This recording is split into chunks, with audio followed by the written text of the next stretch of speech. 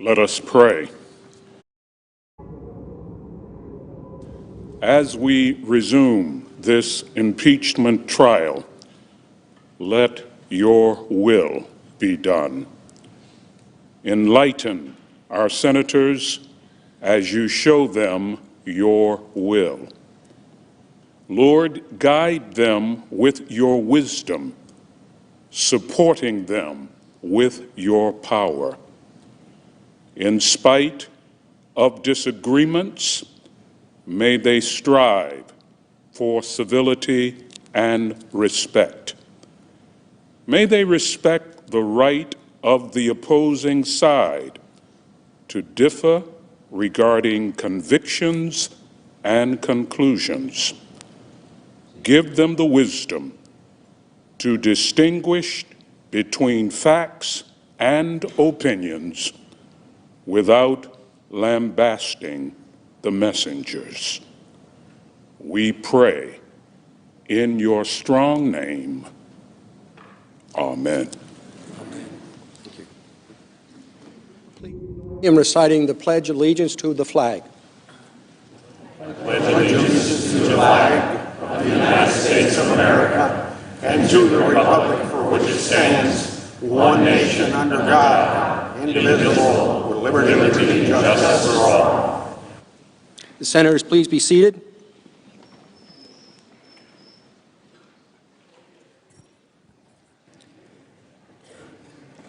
If there is no objection, the Journal of Proceedings of the trial are approved to date. Hearing no objection, so ordered. The Sergeant-at-Arms will make the proclamation. Hear ye, hear ye, hear ye. All persons are commanded to keep silent on pain of imprisonment while the Senate of the United States is sitting in a trial of the articles of impeachment exhibited by the House of Representatives against Donald John Trump, President of the United States. Chief Justice. The Majority Leader is recognized. For all of our colleagues, some information about scheduling.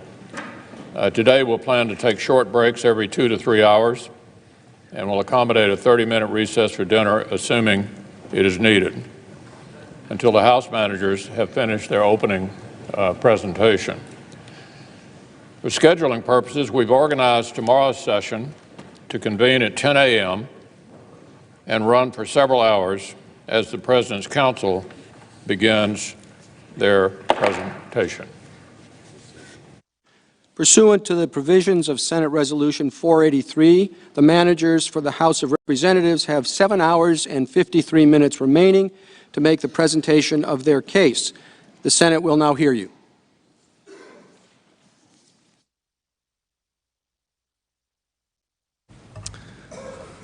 Mr. Chief Justice, Senators, distinguished counsel of the President, I keep wanting to say good morning, but good afternoon. I just wanted to give a very brief orientation to the argument you'll hear today. We will begin with Jason Crow, who was talking about the conditionality of the military assistance. This is the latter part, although not the end of the argumentation on the application of the Constitution and law as it respects Article 1, the abuse of power. I'll have a presentation after Mr. Crow, and soon thereafter we will conclude the presentation on Article 1. We'll then begin the presentation on Article 2, once again applying the Constitution and law to the facts on the President's obstruction of Congress. We will then have some concluding thoughts and then turn it over to the President's Counsel. And that is what you should expect for the day. And with that, I will now yield to Mr. Crow of Colorado.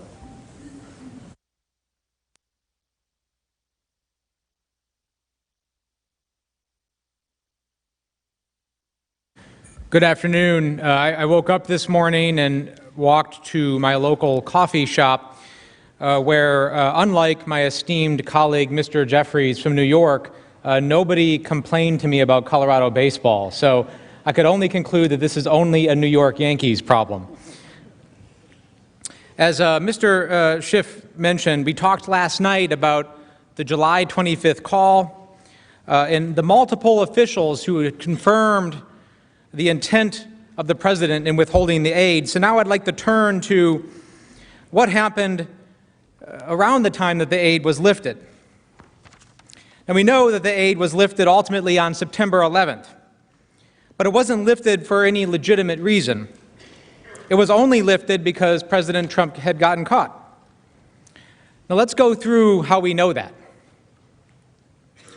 On August 26th, the whistleblower complaint had been sent to the Director of National Intelligence, and public reports indicate that President Trump was told about the complaint by White House counsel Pat Cipollone. On September 5th, though, the scheme became public. An editorial in the Washington Post on that day, for the first time publicly, explicitly linked the military aid hold in the investigations that President Trump wanted. Now keep in mind that public scrutiny of the president's hold increased exponentially after this became public.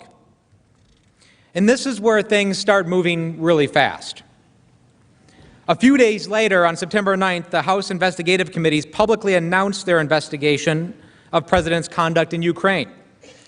Lieutenant Colonel Vindman testified that the National Security Council and others at the White House learned about the investigation when it was announced.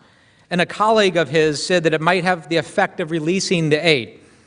And on that same day, the House Intelligence Committee learns that the administration had withheld the whistleblower complaint from Congress. The scheme was unraveling. And what happens 2 days later? President Trump released the military aid. He only released it after he got caught. But there's another reason we know the president lifted the aid only because he got caught. Because there's no other explanation. The testimony of all of the witnesses confirms it. Both Lieutenant Colonel Vindman and Ms. Williams testified that they were not provided any reason for lifting the hold. Vindman testified that nothing on the ground had changed in the 2 months of the hold, and Mark Sandy of the OMB also confirmed that. And Ambassador Taylor, too, testified that, quote, "I was not told the reason why the hold had been lifted." Now let me take a moment to address another defense I expect you will hear. That the aid was released and the investigations were never announced, so therefore, no harm, no foul, right? Well, this defense would be laughable if this issue wasn't so serious. First, I've spoken over the past 3 days about the real consequences of inserting politics into matters of war. Real people, real lives are at stake. Every day, every hour matters. So no, the delay wasn't meaningless. Just ask the Ukrainians sitting in trenches right now. And to this day, they are still waiting on $18 million of the aid that hasn't reached them. Jennifer Williams, who attended the Warsaw meeting with Vice President Pence, described President Zelensky's focus during this time. And you testified in your deposition that in that conversation, President Zelensky emphasized that the military assistance, the security assistance, was not just important to assist Ukraine in fighting a war against Russia, but that it was also symbolic in nature. What did you understand him to mean by that? President Zelensky explained that more than, or just equally with the financial and physical value of the assistance, that it was the symbolic nature of that assistance that really was the show of U.S. support for Ukraine and for Ukraine's sovereignty and territorial integrity. And I think he was stressing that to the Vice President to really underscore the need for the security assistance to be released. And that if the United States was holding the security assistance, is it also true then that Russia could see that as a sign of weakening U.S. support for Ukraine and take advantage of that? I believe that's what the President Zelensky was indicating, that any signal or sign that U.S. support was wavering would be construed by Russia as potentially an opportunity for them to strengthen their own hand in Ukraine. This is an important point, particularly when the president and his attorneys try to argue no harm, no foul. The financial assistance itself was really important to Ukraine, no question about it. But the aid was equally important as a signal to Russia of our support for Ukraine. And regardless of whether the aid was ultimately released, the fact that the hold became public sent a very clear signal to Russia that our support for Ukraine was wavering. And Russia was watching very closely for any sign of weakness. The damage was done. Now, any possible doubt about whether the aid was linked to the investigations has been erased by the President's own Chief of Staff. Now, we've seen this video before during the trial, but there's a really good reason for this. It's a complete admission on national TV that the military aid was conditioned on Ukraine helping the President's political campaign. Here, once again, is what Mulvaney said. Did he also mention to me in the past the corruption related to the DNC server? Absolutely. No question about that. But that's it. And that's why we held up the money.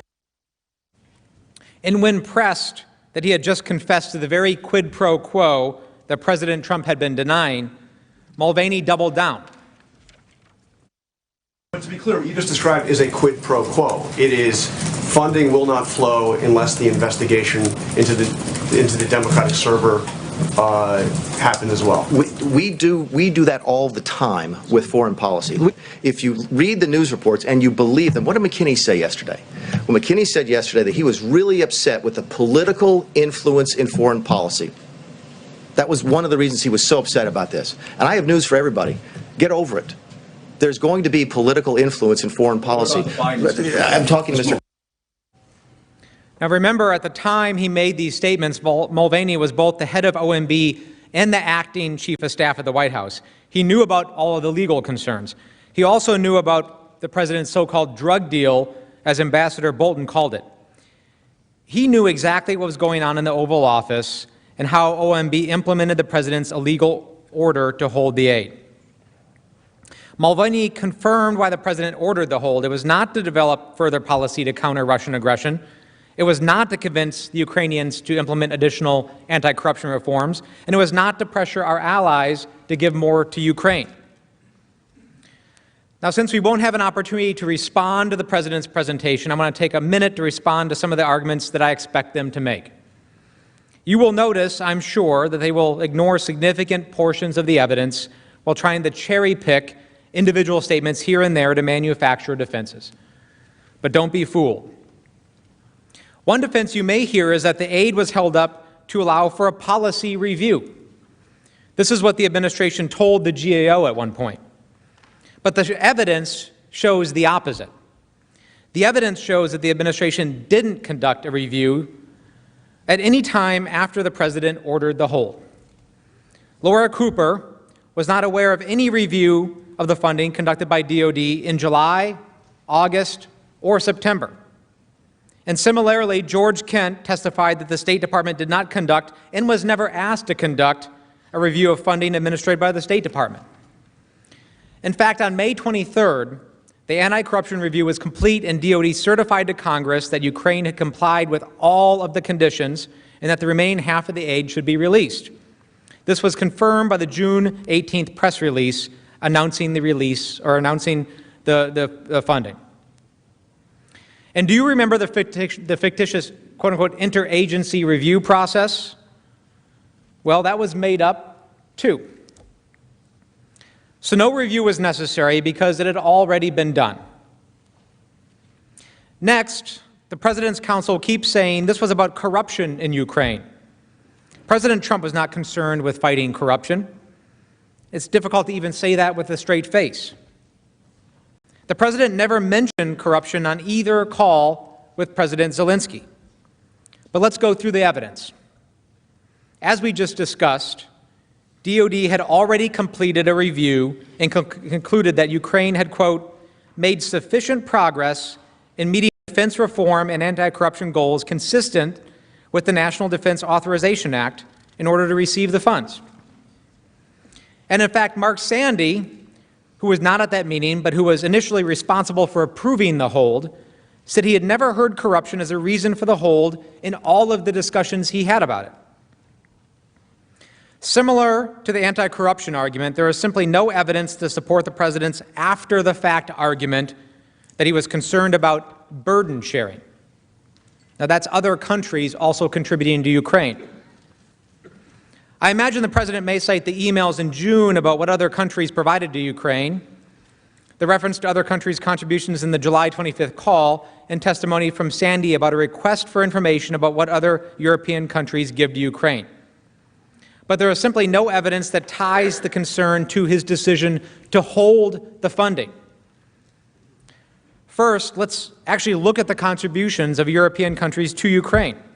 There's a slide in front of you. It shows that other European countries have significantly contributed to Ukraine since 2014, and the European Union in total has given far more than the U.S. The EU is the single largest donor to Ukraine, having provided over $16 billion in grants and loans. The President's assertion that other countries did not support Ukraine is meritless. And there are other reasons, too. After DOD and OMB responded to the President's request, presumably with some of the information we just provided you, showing Europe gives a lot to Ukraine, nobody in the Trump administration mentioned burden sharing as a reason for the hold to any of the 17 witnesses that we've been talking about.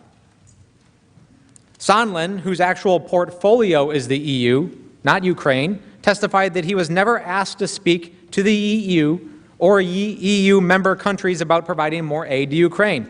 And if President Trump were truly concerned about that, he would have been the perfect guy to handle it, because he was our ambassador to the EU. But it never happened. And how could it? Because Sondland himself knew the aid was linked to the investigations, because that's what the President himself had told him. It wasn't until the President's scheme began to unravel, after the White House learned of the whistleblower complaint, and after Politico publicly revealed the existence of the hold, that the issue of burden sharing came up again. If the President's concern were genuinely about burden sharing, he never made any public statements about it, never ordered a review of burden sharing, and never ordered his officials to push Europe to increase their contributions. And then he released the aid without any changes in Europe's contributions. This last point is important. You know the President's purported concern about burden sharing rings hollow because the aid was released after the President got caught, not because the EU or any European country made any new contributions. As Lieutenant Colonel Vindman testified, the facts on the ground had not changed. Finally, you may hear the President's counsel say that Ukraine didn't know about the hold until August 28th, long after the hold was implemented, so therefore they could not have felt pressured. But this makes no sense.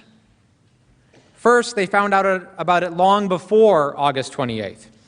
Multiple witnesses testified that the Ukrainians showed, quote, impressive diplomatic tradecraft in learning quickly about the hold. And of course, they would know.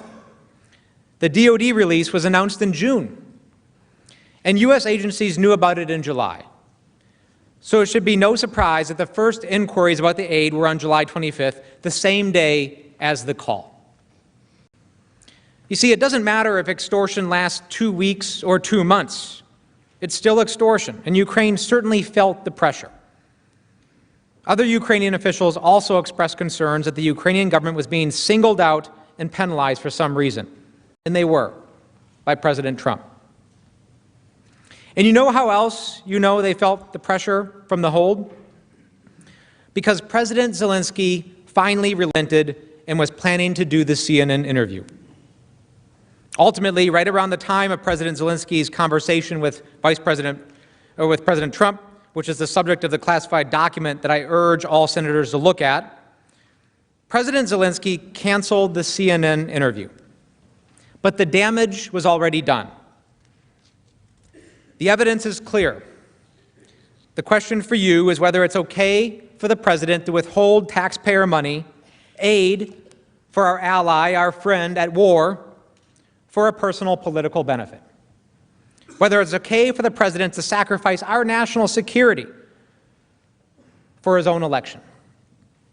It's not okay to me. It's certainly not okay with the American people. And it should not be okay to any of you.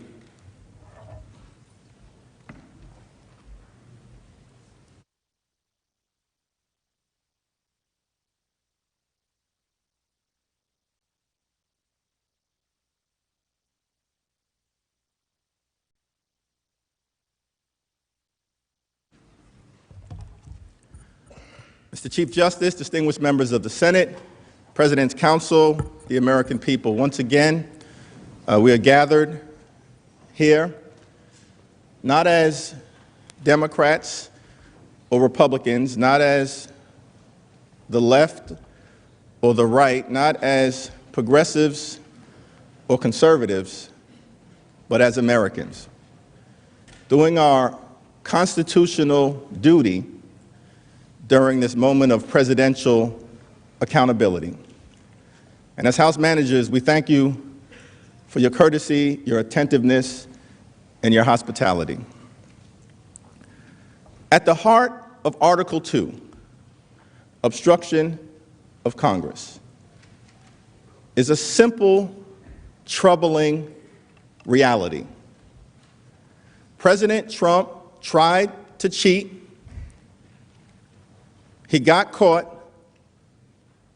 and then he worked hard to cover it up. The president tried to cheat, he got caught, and then he worked hard to cover it up. Patrick Henry, one of the nation's great patriots, once said that the liberties of a people never were, nor ever will be secure when the transactions of their rulers may be concealed from them. Let's now address the effort by President Trump and his team to cover up his wrongdoing. By July of 2019, White House officials were aware of serious allegations of misconduct by President Trump regarding Ukraine. But instead of halting the president's corrupt scheme, they worked overtime to conceal it from the American people. As additional evidence of the president's wrongdoing mounted, White House lawyers redoubled their efforts to prevent Congress and the American people from learning of the president's misconduct. At the same time, top administration officials, including Secretary of State Pompeo, Secretary of Defense Esper, and National Security Advisor John Bolton, tried to convince President Trump to lift the hold on the security assistance. They failed. President Trump was determined to carry out his corrupt scheme. The military and security aid was only released on September 11th, after the hold became public, after the House launched an investigation, and after Congress learned about the existence of a whistleblower complaint. The $391 million in security aid was only released because President Trump was caught red-handed.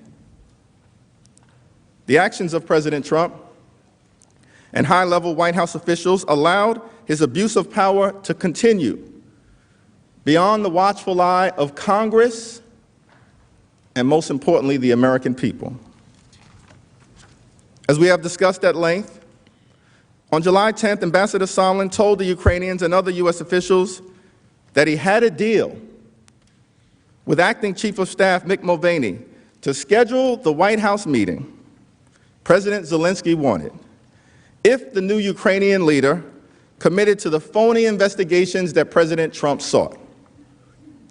As you've seen in testimony shown during this trial, following that meeting, National Security Council officials Dr. Fiona Hill and Lieutenant Colonel Alexander Vindman immediately reported this information to John Eisenberg, the legal advisor for the National Security Council and a deputy counsel to the president. According to Dr. Hill, Mr. Eisenberg told her that he was also concerned about that July 10th meeting. On the screen is Dr. Hill's deposition testimony, where she explains Mr. Eisenberg's reaction, saying, he wasn't aware that Sondland, Ambassador Sondland, was kind of running around doing a lot of these meetings and independently. We talked about the fact that Ambassador Sondland said he'd been meeting with Giuliani, and he was very concerned about that. and he said that he would follow up on this. Mr. Eisenberg was very concerned about that and said that he would follow up on this. Dr. Hill further testified that Mr. Eisenberg told her that he followed up with his boss, the distinguished White House counsel, Pat Cipollone. However, because the president blocked Mr. Eisenberg from testifying in the House, we do not know what, if anything, he or Mr. Cipollone did in response to this deeply troubling information. What we do know is that President Trump's effort to cheat continued with reckless abandon by failing to put the brakes on the wrongdoing after that July 10th meeting, even after they were notified by concerned national security officials. The White House attorneys allowed it to continue unchecked. Right around the same time that the July 10th meetings at the White House took place, the Office of Management and Budget began executing President Trump's illegal order to withhold all security assistance from Ukraine. On July 12th, Robert Blair, an assistant to the president, communicated the hold to the acting director of the Office of Management and Budget, Russell Vought. On July 18th, an Office of Management and Budget official communicated the hold to other executive branch agencies, including the Department of State and the Department of Defense. And a week later, on July 25th, President Trump had his imperfect telephone call with President Zelensky and directly pressured the Ukrainian leader to commence phony political investigations as part of his effort to cheat and solicit foreign interference in the 2020 election. The July 25th call marked an important turning point. If there was any question among senior White House officials and attorneys about whether President Trump was directly involved in the Ukraine scheme, as opposed to just a rogue operation being led by Rudolph Giuliani or some other underlings, after July 25th, there can be no mistake. The President of the United States was undoubtedly calling the shots. Thereafter, the complicity of White House officials with respect to the cover-up of the president's misconduct intensified.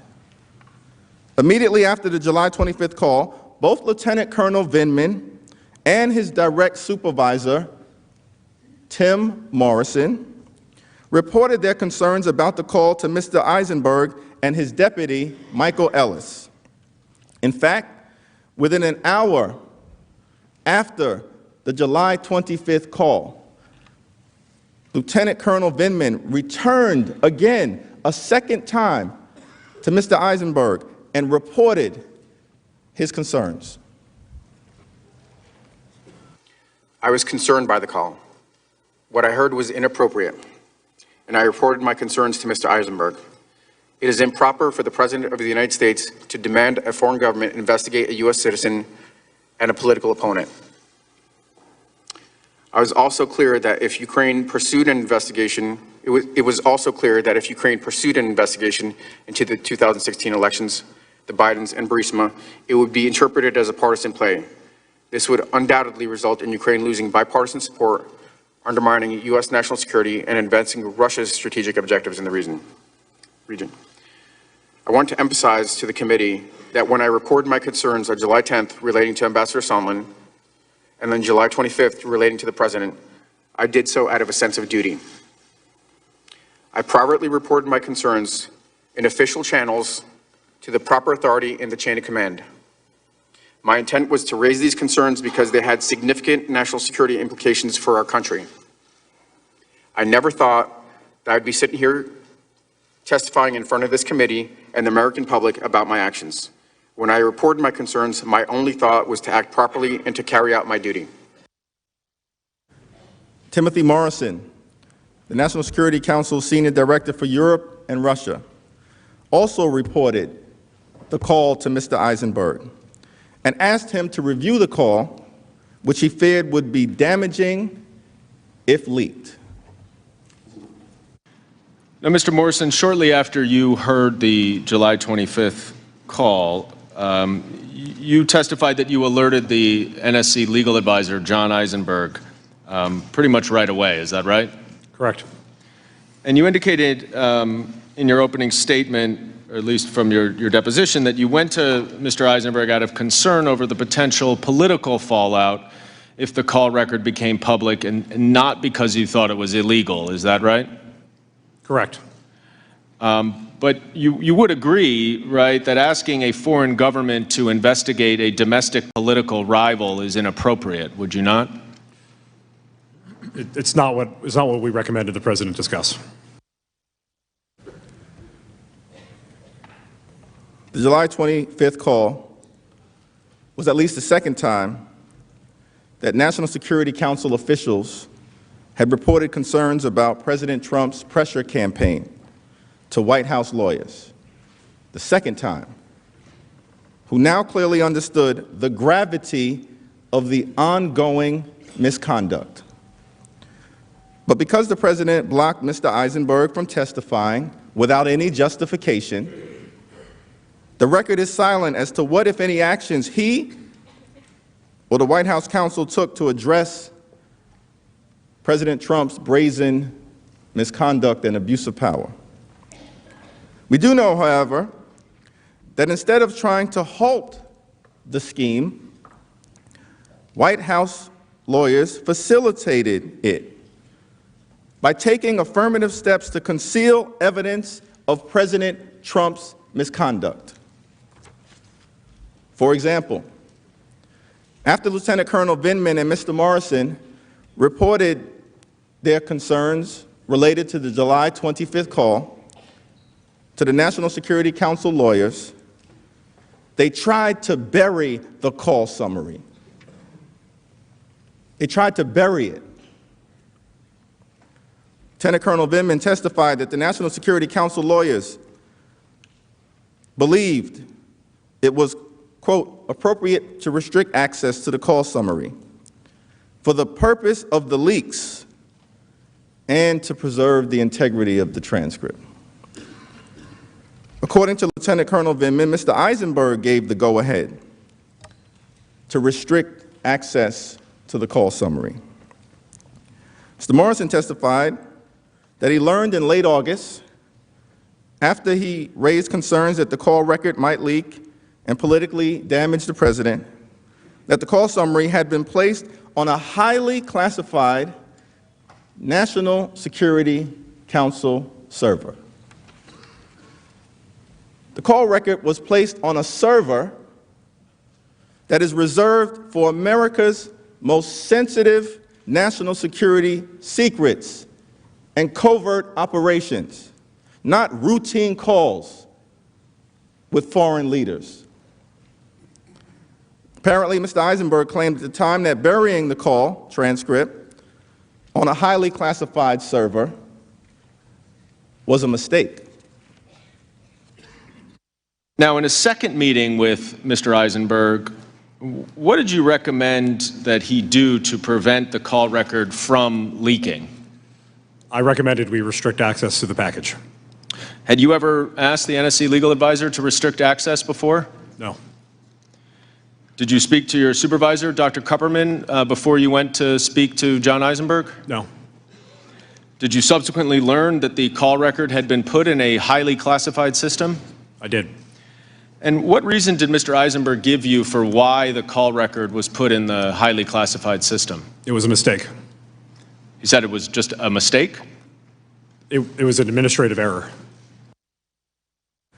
In Mr. Morrison's view, the July 25th call record did not meet the requirements to be placed on a highly classified server. At his deposition, Mr. Morrison testified that the call record was placed on the server by mistake. However, even after this alleged mistake was uncovered, the July 25th call summary was not removed from the classified system because someone was trying to hide it. It was not until the launch of the House impeachment inquiry in late September and after intense public pressure that the rough transcript of the July 25th call was released. Again, because Mr. Eisenberg and Mr. Ellis refused to testify in the House. We do not know exactly how the July 25th call record ended up on this highly classified National Security Council server. What we do know is that Mr. Eisenberg ordered access restricted after multiple officials like Dr. Fiona Hill and Lieutenant Colonel Vindman advised him of the scheme to condition a White House meeting on phony political investigations. This strongly suggests that there was an active attempt to conceal the clear evidence of the president's wrongdoing. Instead of addressing the president's misconduct, Mr. Eisenberg seemingly tried to cover it up. Why did Mr. Eisenberg place the July 25th call summary on a server for highly classified material? Did anyone senior to Mr. Eisenberg direct him to hide the call record? Why did the call record remain on the classified server even after the so-called error was discovered? Who ordered the cover-up of the call record? Who ordered the cover-up of the call record? The American people deserve to know. Following the July 25th call, the president's scheme to pressure Ukraine for political purposes intensified, apparently unchecked by any effort to stop it from the White House counsel's office.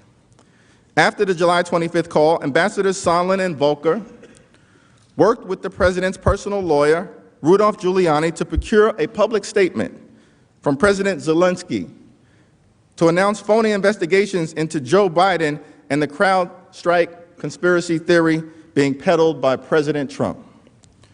At the same time, President Trump continued to withhold a White House meeting and security assistance from Ukraine in a manner that broke the law. As these efforts were ongoing, White House attorneys reportedly received yet another warning sign that the president was abusing his power.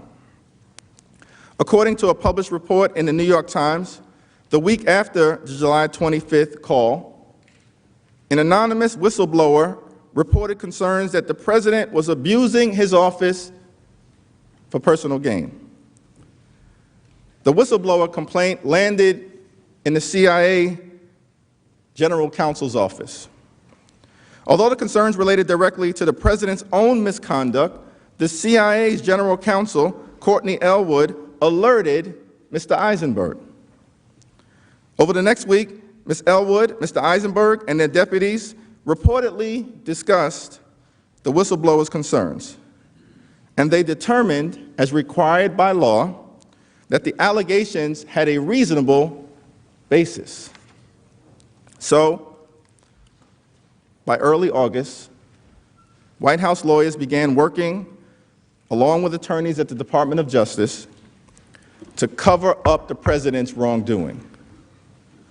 They were determined to prevent Congress and the American people from learning anything about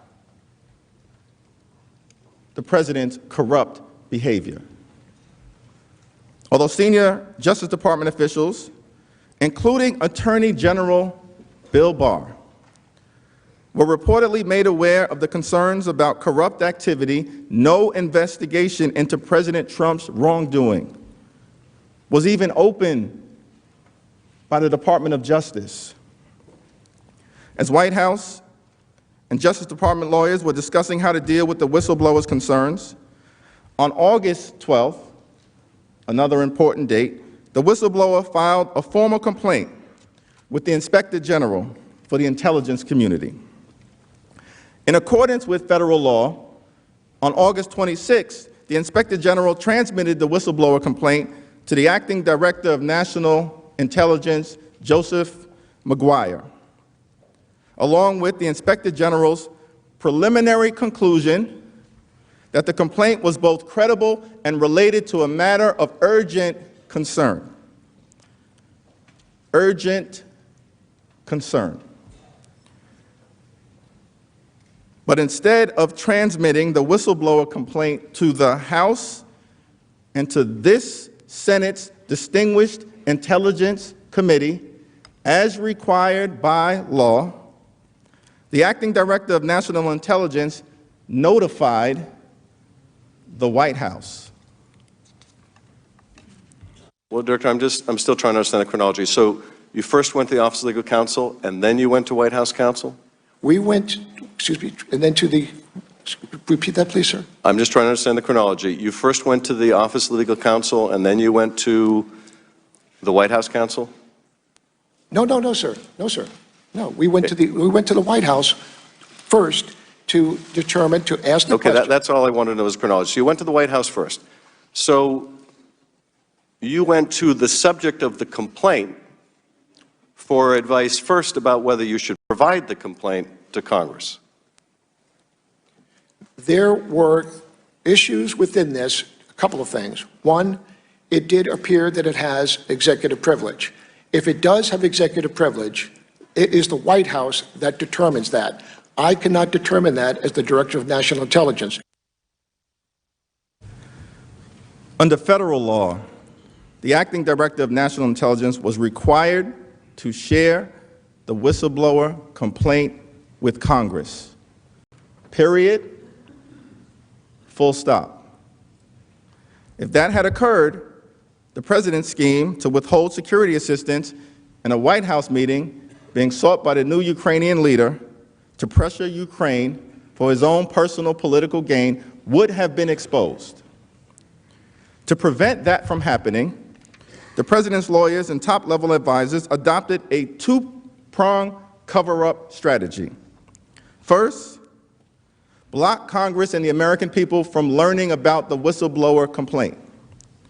Second, try to convince President Trump to lift the hold on the security assistance before anyone can find out about it and use that evidence against him. As to the first prong, sometime after the Acting Director of National Intelligence told the White House counsel's office about the complaint on August 26th, Mr. Cipollone and Mr. Eisenberg reportedly briefed the President. They likely discussed with President Trump whether they were legally required to give the complaint to Congress. They stated that they were consulting with the Office of Legal Counsel at the Department of Justice. The Acting Director of National Intelligence testified that he and the Inspector General consulted with the Office of Legal Counsel, who opined without any reasonable basis that he did not have to turn over the complaint to Congress. On September 3rd, the day after the statutory deadline for the Director of National Intelligence to provide the complaint to this body and to the House, the Office of Legal Counsel issued a secret opinion, concluding that, contrary to the plain language of the statute, the Acting Director of National Intelligence was not required to turn over the complaint. The cover-up was in full swing. The Office of Legal Counsel opined that the whistleblower complaint did not qualify as an urgent concern and therefore did not have to be turned over. What can be more urgent than a sitting president trying to cheat in an American election by soliciting foreign interference. What can be more urgent than that? That's a constitutional crime in progress. But they concluded it wasn't an urgent matter. Acting Director of National Intelligence McGuire testified that the Office of Legal Counsel opinion did not actually prevent him from turning over the complaint to Congress. Instead, based upon his testimony, it is clear that he withheld it on the basis that the complaint might deal with information that he believed could be covered by executive privilege. But President Trump never actually invoked executive privilege. He never actually invoked executive privilege. Nor did he inform Congress that he was doing so with respect to this complaint. Instead, the White House secretly instructed the acting Director of National Intelligence to withhold the complaint based on the mere possibility that executive privilege could be invoked. By doing so, the White House was able to keep the explosive complaint from Congress and the American public without ever having to disclose the reason why it was withholding this information. But truth crushed to the ground will rise again. There's a toxic mess at 1600 Pennsylvania Avenue, and I humbly suggest that it's our collective job, on behalf of the American people, to try to clean it up. President Trump tried to cheat. He got caught. And then he worked hard to cover it up. There have been many great presidents throughout the history of this republic, great Republican presidents and great Democratic presidents. Perhaps one of the greatest presidents is Abraham Lincoln. He once said that any man can handle adversity, but if you want to test a man's character, give him some power. America is a great nation. We can handle adversity better than any other country in the world. Whenever America has found itself in a tough spot, we always make it to the other side. We were in a tough spot during the Civil War, when America was at risk of tearing itself apart, but we made it to the other side. A tough spot in October of 1929, when the stock market collapsed, plunging us into the Great Depression, but we made it to the other side. We were in a tough spot in December of 1941, when a foreign power struck, plunging us into a great conflict with the evil empire of Nazi Germany, but America made it to the other side. We were in a tough spot in the 1960s, dealing with the inherent contradictions of Jim Crow, but we made it to the other side. We were in a tough spot on September 11th, when the towers were struck, and young men and women like Jason Crow was sent to Afghanistan to fight the terrorists there, so we didn't have to fight the terrorists here. And we made it to the other side. America is a great country. We can handle adversity better than any other nation in the world. But what are we going to do about our character? President Trump tried to cheat and solicit foreign interference in an American election. That is an attack on our character. President Trump abused his power and corrupted the highest office in the land. That is an attack on our character.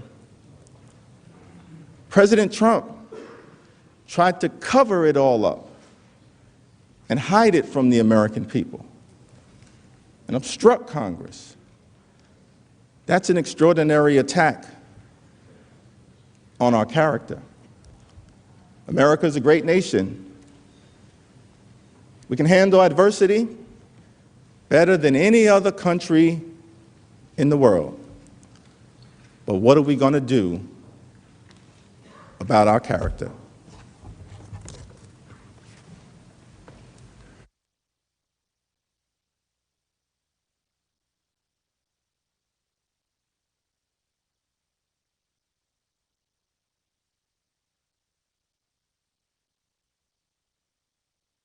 Crisis around the president's hold deepened throughout our government. The president's own top advisors redoubled their efforts to lift the hold on military aid and stem the fallout in case it went public. And it did go public. On August 28th, Politico publicly reported that the president was withholding the military aid. And as you've heard, the public disclosure of the president's hold in late August caused deep alarm among Ukrainian officials. It also caused U.S. officials to redouble their efforts once again. At the end of August, Secretary of State Pompeo, Defense Secretary Esper, and Ambassador Bolton reportedly tried to convince President Trump to release the aid, but they failed. The president wanted the hold to remain. That prompted Duffy, the political appointee charged with implementing the hold, to send an email on August 30th to the DOD stating, and I quote, "Clear direction from POTUS to hold." Now, this is consistent with Laura Cooper's deposition testimony when she said that they were, quote, "hopeful this whole time that Secretary Esper and Secretary Pompeo would be able to meet with the president and just explain to him why this was so important and get the funds released." But instead, the president held firm. And even as the president's own cabinet officials were trying to convince him to lift the hold, White House lawyers were receiving new reports about the president's abuse. On September 1st, Vice President Pence met with President Zelensky in Warsaw, and immediately after, Sondland had a side conversation with the top Ukrainian presidential aide. Morrison was privy to these conversations, and when he returned from Warsaw, he reported to Eisenberg the details. What did Ambassador Sondland tell you that he told Mr. Yermak? That the Ukrainians would have to have the Prosecutor General make a statement with respect to the investigations as a condition of having the aid lifted. And you testified that you were not comfortable with what Ambassador Sondland had told you. Why not? Well, I was concerned about what I saw as essentially an additional hurdle to accomplishing what I had been directed to help accomplish, which was giving the president the information he needed to determine that the security sector assistance could go forward. So now there's a whole other wrinkle to it, right? There was the appearance of one based on what Ambassador Sondland represented. And you told Ambassador Taylor about this conversation as well, is that right? I promptly reached out to Ambassador Taylor to schedule a secure phone call. And in your deposition, you testified that his testimony, other than one small distinction between President Zelensky and the Prosecutor General, was accurate as to what you told him. Is that correct? About that conversation, yes. And generally speaking, you confirmed everything that Ambassador Taylor told you, except for that one thing and a small other ministerial matter relating to the location of a meeting. Is that correct? Correct. Now, did you tell Ambassador Bolton about this conversation as well? I reached out to him as well and requested his availability for a secure phone call. And what was his response when you explained to him what Ambassador Sondland had said? Tell the lawyers. Did you go tell the lawyers? When I returned to the States, yes. And did he explain to you why he wanted you to tell the lawyers? He did not. Now, this wasn't the first time, and it wouldn't be the last, that Ambassador Bolton instructed other government officials to report details of the president's scheme to White House lawyers. Now, let's be clear. When government employees have concerns about whether something is legal, they often go to their agency's lawyers. And it was happening an awful lot around this time. Recall that Bolton also instructed Dr. Hill to report to the lawyers Sondland's statements about requiring an announcement of the investigations as a condition for a White House meeting. What Bolton called Sondland's, quote, drug deal with the president's top aide, Mick Mulvaney. Ambassador Bolton's testimony would obviously shine further light on these concerns and what or who, if anyone at the White House or the cabinet, did to try to stop the president at this time. After the president's hold on military aid became public in late August, there was increasing pressure on the president to lift the hold. On September 3rd, a bipartisan group of senators sent a letter to acting White House Chief of Staff Mick Mulvaney. And an excerpt from that letter is in front of you. The senators expressed, quote, deep concerns that the, quote, administration is considering not obligating the Ukraine Security Initiative funds for 2019. The senator's letter also urged that the vital funds be obligated immediately. On September 5th, the chairman and the ranking member of the House Foreign Affairs Committee sent a joint letter to Mulvaney and OMB Director Russell Vought. That letter also expressed deep concern about the continuing hold on the military aid. The same day, Senators Murphy and Johnson visited Kyiv and met with President Zelensky along with Ambassador Taylor.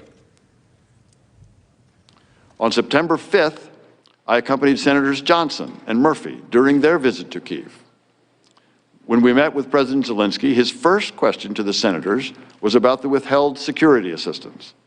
My recollection of the meeting is that both senators stressed that bipartisan support for Ukraine in Washington was Ukraine's most important strategic asset, and that President Zelensky should not jeopardize that bipartisan support by getting drawn into U.S. domestic politics.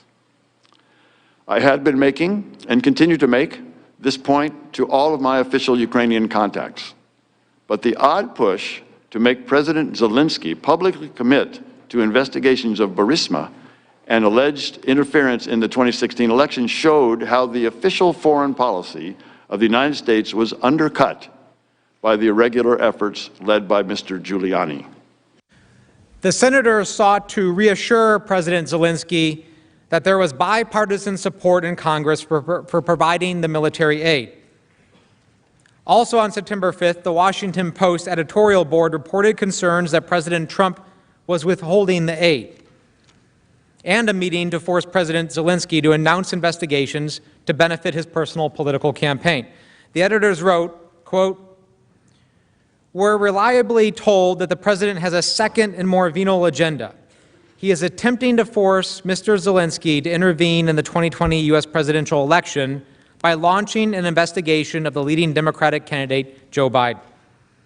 Mr. Trump is not just soliciting Ukraine's help with his presidential campaign, he is using U.S. military aid the country desperately needs in an attempt to extort it," end quote.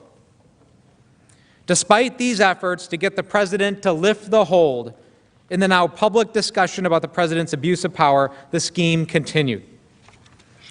2 days later, on September 7th, Morrison went back to White House lawyers to report additional details he had learned from Ambassador Sondland about the president's scheme, again, at the direction of Ambassador Bolton. Now, a few days later, on September 7th, you spoke again to Ambassador Sondland, who told you that he had just gotten off the phone with President Trump. Isn't that right? That sounds correct, yes. What did Ambassador Sondland tell you that President Trump said to him?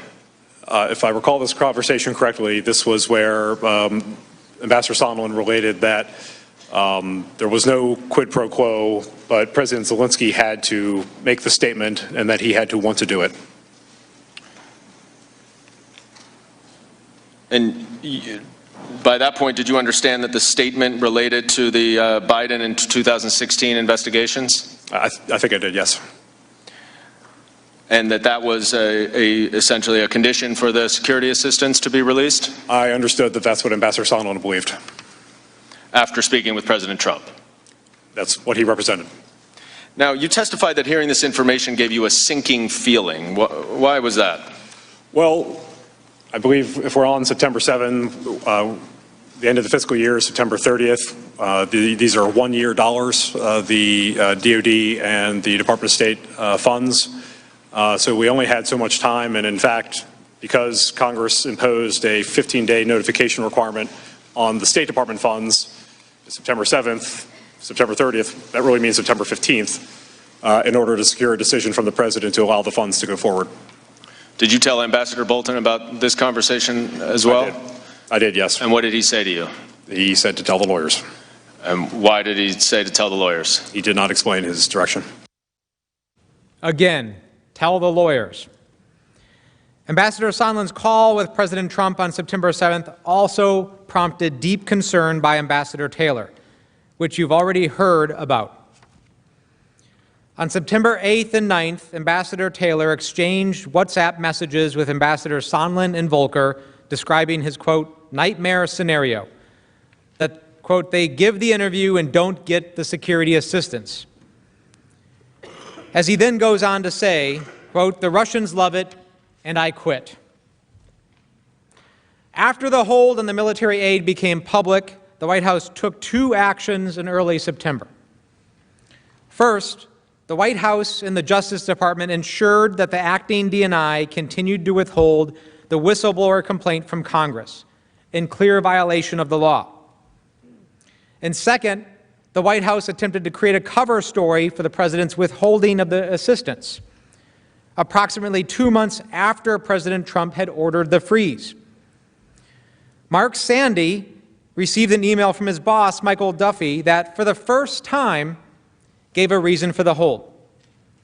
Sandy testified that in early September, he received an email from Duffy, quote, that attributed the hold to the President's concern about other countries not contributing more to Ukraine. Again, after months of scrambling, this was the first time any reason had been provided for the hold. And according to Sandy, it was also only in early September, again after the White House learned of the whistleblower complaint and the hold became public, that the White House requested data from OMB on other countries' assistance to Ukraine. So let's recap why we know the concern about burden sharing was bogus. First, for months, no reason was given to the very people executing the military aid, who had been actively searching for answers about why the aid was being held. Second, remember the supposed interagency process performed by OMB? Well, it was fake. And third, after the hold went public and the White House became aware of the whistleblower, they started scrambling to develop another excuse. Public reports confirm this. A November 24th news report, for instance, revealed that in September, Mr. Cipollone's lawyers conducted an internal records review. The review reportedly, quote, turned up hundreds of documents that reveal extensive efforts to generate an after-the-fact justification for the decision in a debate over whether the delay was legal. The President's top aides were trying to convince the President to lift the hold in late August and early September. And White House officials were actively working to develop an excuse for the President's scheme and devise a cover story in the event that it was exposed. And soon it would be. On September 9th, the chairs of the House Intelligence Committee, the Committee on Foreign Affairs, and the Committee on Oversight and Reform publicly announced the joint investigation of President Trump and Mr. Giuliani's scheme. And this is when the music stops and everyone starts running to find a chair. Word of the committee's investigation spread quickly through the White House to the NSC. Morrison recalled seeing and discussing the letter with NSC staff. Lieutenant Colonel Vindman also recalled discussions among NSC staff members, including Morrison's deputy, John Arath, about the investigation. The same day, there were efforts at OMB to create a paper trail that tried to shift the blame for the President's hold on security assistance away from the White House. Duffy sent an email to Elaine McCusker that contradicted months of email exchanges. It stated falsely that OMB had in fact authorized DOD to proceed with all process necessary to obligate funds. Duffy was attempting to shift all the responsibility for the delay onto the Pentagon. McCusker replied, and I quote, "You can't be serious. I am speechless." Now, all of this, including OMB's efforts to shift blame to the Pentagon, the White House's effort to create a cover story for the hold on security assistance, were a continuation of the cover-up. It started with the White House's lawyers' failure to stop the scheme after the July 10th meeting was reported to them, continued with attempts to hide the July 25th call summary, and escalated with the White House's illegal concealment of the whistleblower complaint from Congress. On September 10th, the House Intelligence Committee requested that the DNI provide a copy of the whistleblower complaint as the law requires. But DNI continued to withhold the complaint for weeks. The same day it was announced that Ambassador Bolton was resigning or had been fired. It is unclear whether Ambassador Bolton's departure from the White House had anything to do with his opposition to the hold on military aid, but of course, Ambassador Bolton could shed light on that himself if he were to testify. The next day, on September 11th, President Trump met with Vice President Pence, Mulvaney, and Senator Portman to discuss the hold. Later that day, the president relented and lifted the hold after a scheme had been exposed. The president's decision to release the aid, just like his decision to impose the hold, was never explained. Cooper testified that President Trump's lifting of the hold, quote, really came out of the blue. It was quite abrupt. The only logical conclusion based on all of this evidence is that the president lifted the hold on September 11th because he got caught. The president's decision to lift the hold without any explanation is also very telling. If the hold was put in place for legitimate policy reasons, why lift it arbitrarily with no explanation? By lifting the hold only after Congress had launched an investigation, when, as Lieutenant Colonel Vindman testified, none of the facts on the ground had changed since the hold had been put into place, the president was conceding that there was never a legitimate purpose. Since the hold was lifted, the president has paid lip service to purported concerns about corruption and burden sharing. But the administration has taken no concrete steps before or since those statements were made to show that it really cares. The record is clear. Before he got caught, the president had no interest in anti-corruption reforms in Ukraine. And as you've already learned, those people who really were concerned about these issues, like Congress, this Senate, the DOD, and the State Department, had already gone through the process to address them. As Ambassador Sondland testified, at no point did the president ask him to discuss additional contributions to Ukraine from EU countries, nor did President Trump push Ukraine to undertake any specific anti-corruption reforms. Now, the President's counsel will likely say that his lifting of the hold shows his good faith. They will say that because Ukraine ultimately received the aid without President Zelensky having to announce the sham investigations, that there was no abuse of power. As a legal matter, the fact that the president's corrupt scheme was not fully successful makes no difference. Trump's abuse occurred at the moment he used the power of the presidency to assist his re-election campaign, undermining our free and fair elections and our national security. But importantly, President Trump almost did get away with it. As discussed earlier, President Zelensky agreed during his September phone call with Ambassador Sondland to do a CNN interview during which he denounced the investigations. On September 12th, Ambassador Taylor personally informed President Zelensky and the Ukrainian foreign minister that President Trump's hold on military assistance had been lifted. And on September 13th, Ambassador Taylor and David Holmes met with President Zelensky and his advisors and urged them not to go forward with the CNN interview. It was not until September 18th and 19th, around the time that President Zelensky spoke with Vice President Pence, that the Ukrainians finally canceled the CNN interview. The president has also repeatedly pointed to President Zelensky's public statements that he did not feel pressured by Trump. Not only unsurprising, it's also irrelevant. The question is whether President Trump used the power of the presidency to coerce President Zelensky into helping him win a political campaign. But we know that President Zelensky was pressured. He kept delaying and delaying because he did not want to be a pawn in U.S. domestic politics. In fact, President Zelensky remains under pressure to this day. As Holmes testified, there are still things the Ukrainians want and need from the United States, including a meeting with the president in the Oval Office, which has still not been scheduled. And yes, Ukraine remains at war and needs U.S. military aid, including aid that is still delayed from last year.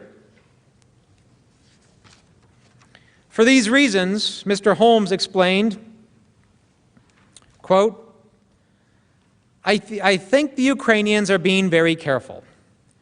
They still need us now going forward. In fact, right now, President Zelensky is trying to arrange a summit meeting with President Putin in the coming weeks, his first face-to-face meeting with him to try to advance the peace process. He needs our support. He needs President Putin to understand that America supports Zelensky at the highest levels. So this doesn't end with the lifting of the security assistance hold. Ukraine still needs us, and as I said, still fighting this war this very day. When President Trump, for his own personal political gain, asked for a favor from President Zelensky, he did exactly what the framers feared most. He invited the influence of a foreign power into our elections. He used the power of his office to secure that advantage and jeopardized our national security. Yet President Trump maintains that he was always in the right and that his July 25th call with President Zelensky was perfect. President Trump has made it clear that he believes he is free to use his powers the same way, to the same ends, whenever and wherever he pleases. And even more troubling, he's even doubling down on his abuse, inviting other countries to interfere in our elections. What does all of this tell you?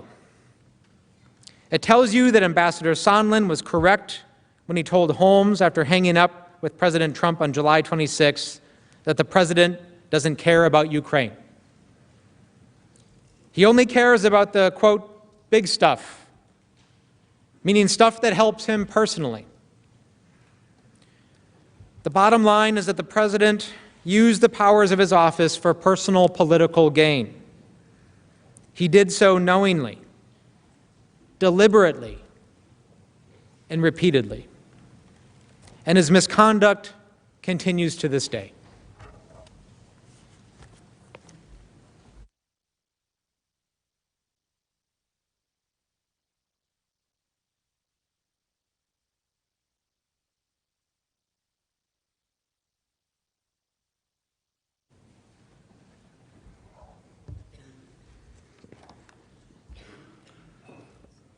Senators, just for your orientation, this will be the last presentation on Article 1. And Mr. Leader, I think at the conclusion of this presentation will be a logical point to take a break. This last section on Article 1 deals with the injury to our national interest and our national security.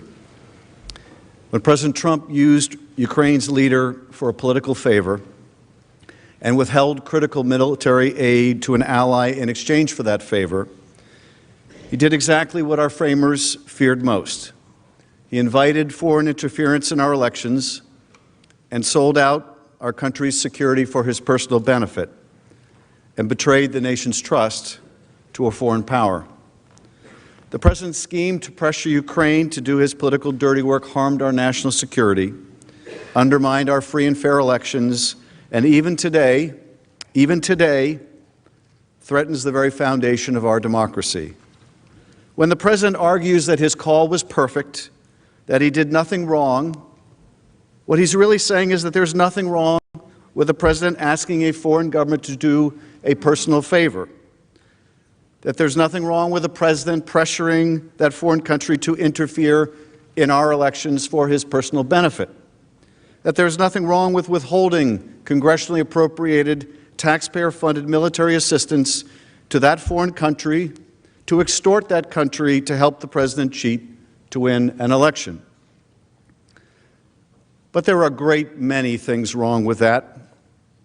Most significant for the purposes that bring us here today, the Constitution does not permit it. And the Constitution does not permit it because that conduct is the quintessential abuse of power. The use of official power for personal gain, putting personal interest over the national interest, and placing personal benefits over our nation's security. The President's conduct that we outlined yesterday harmed our national security. That is without a doubt.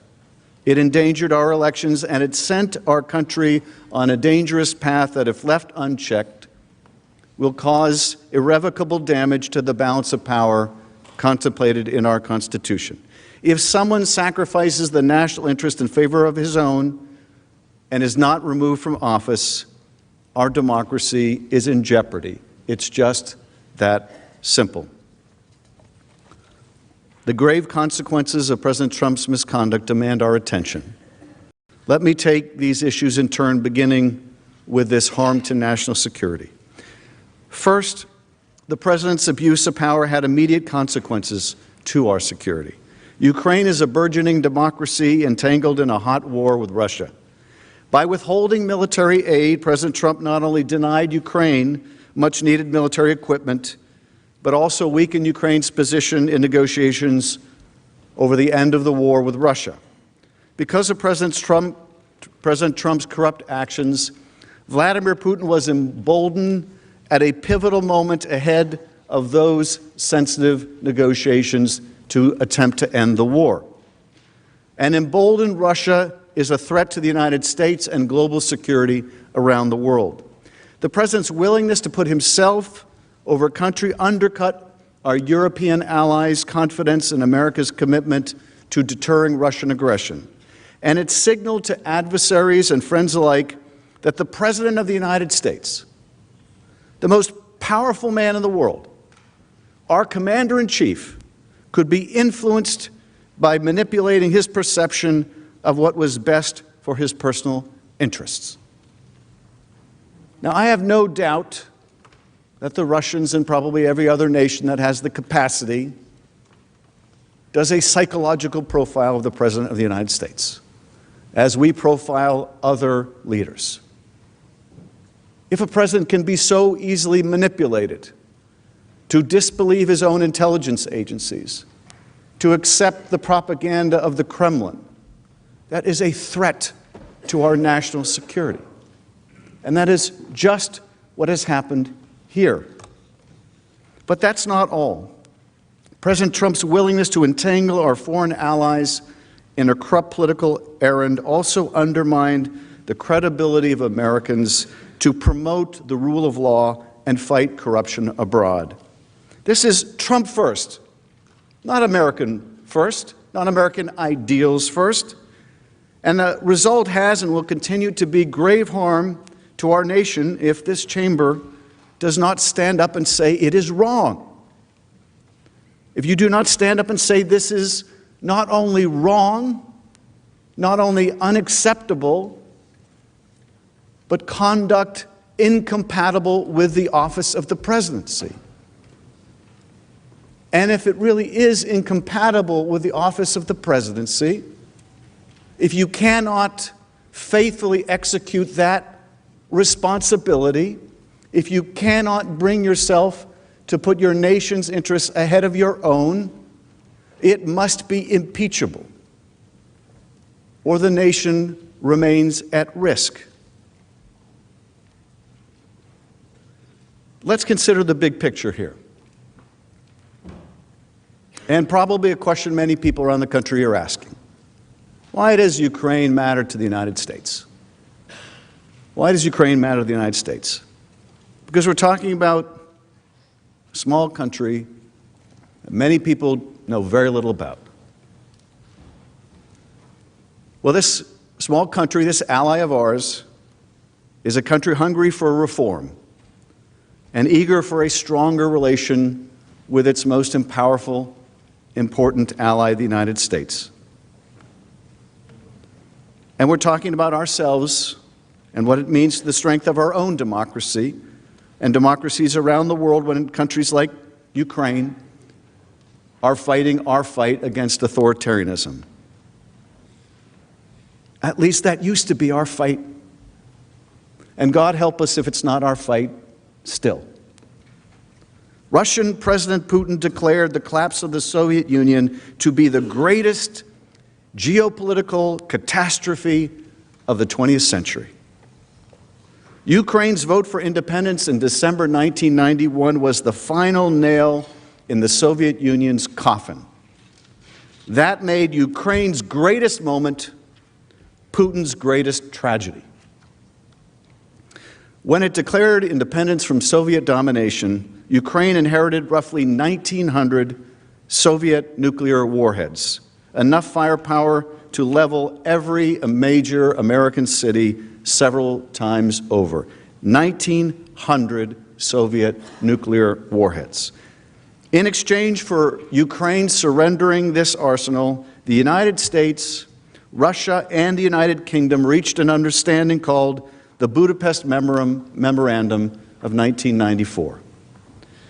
They committed in this memorandum to respecting the borders of an independent Ukraine and also to refrain from using the threat or use of force against Ukraine. This was an early success of the post-Cold War period. Despite its commitment to respect Ukraine's independence, of course, Russia continued to meddle in Ukraine's affairs. Ambassador Taylor recounted how events took an even more sinister turn in 2013. The West. But in 2013, Vladimir Putin was so threatened by the prospect of Ukraine joining the European Union that he tried to bribe the Ukrainian president. This triggered mass protests in the winter of 2013 that drove that president to flee to Russia in February 2014, but not before his forces killed 100 Ukrainian protesters in central Kyiv. Angered by the fall of the Kremlin-backed leader in Kyiv, President Putin ordered the invasion of Ukraine, specifically a region known as Crimea. Russia's aggression was met with global condemnation.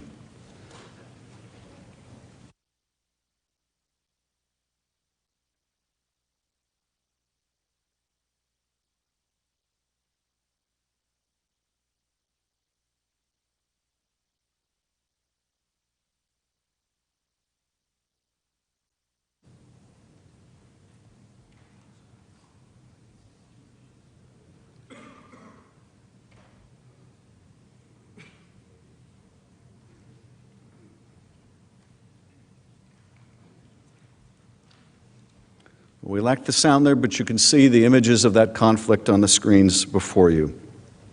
Deputy Assistant Secretary of Defense Laura Cooper testified as to the stakes for U.S. national security.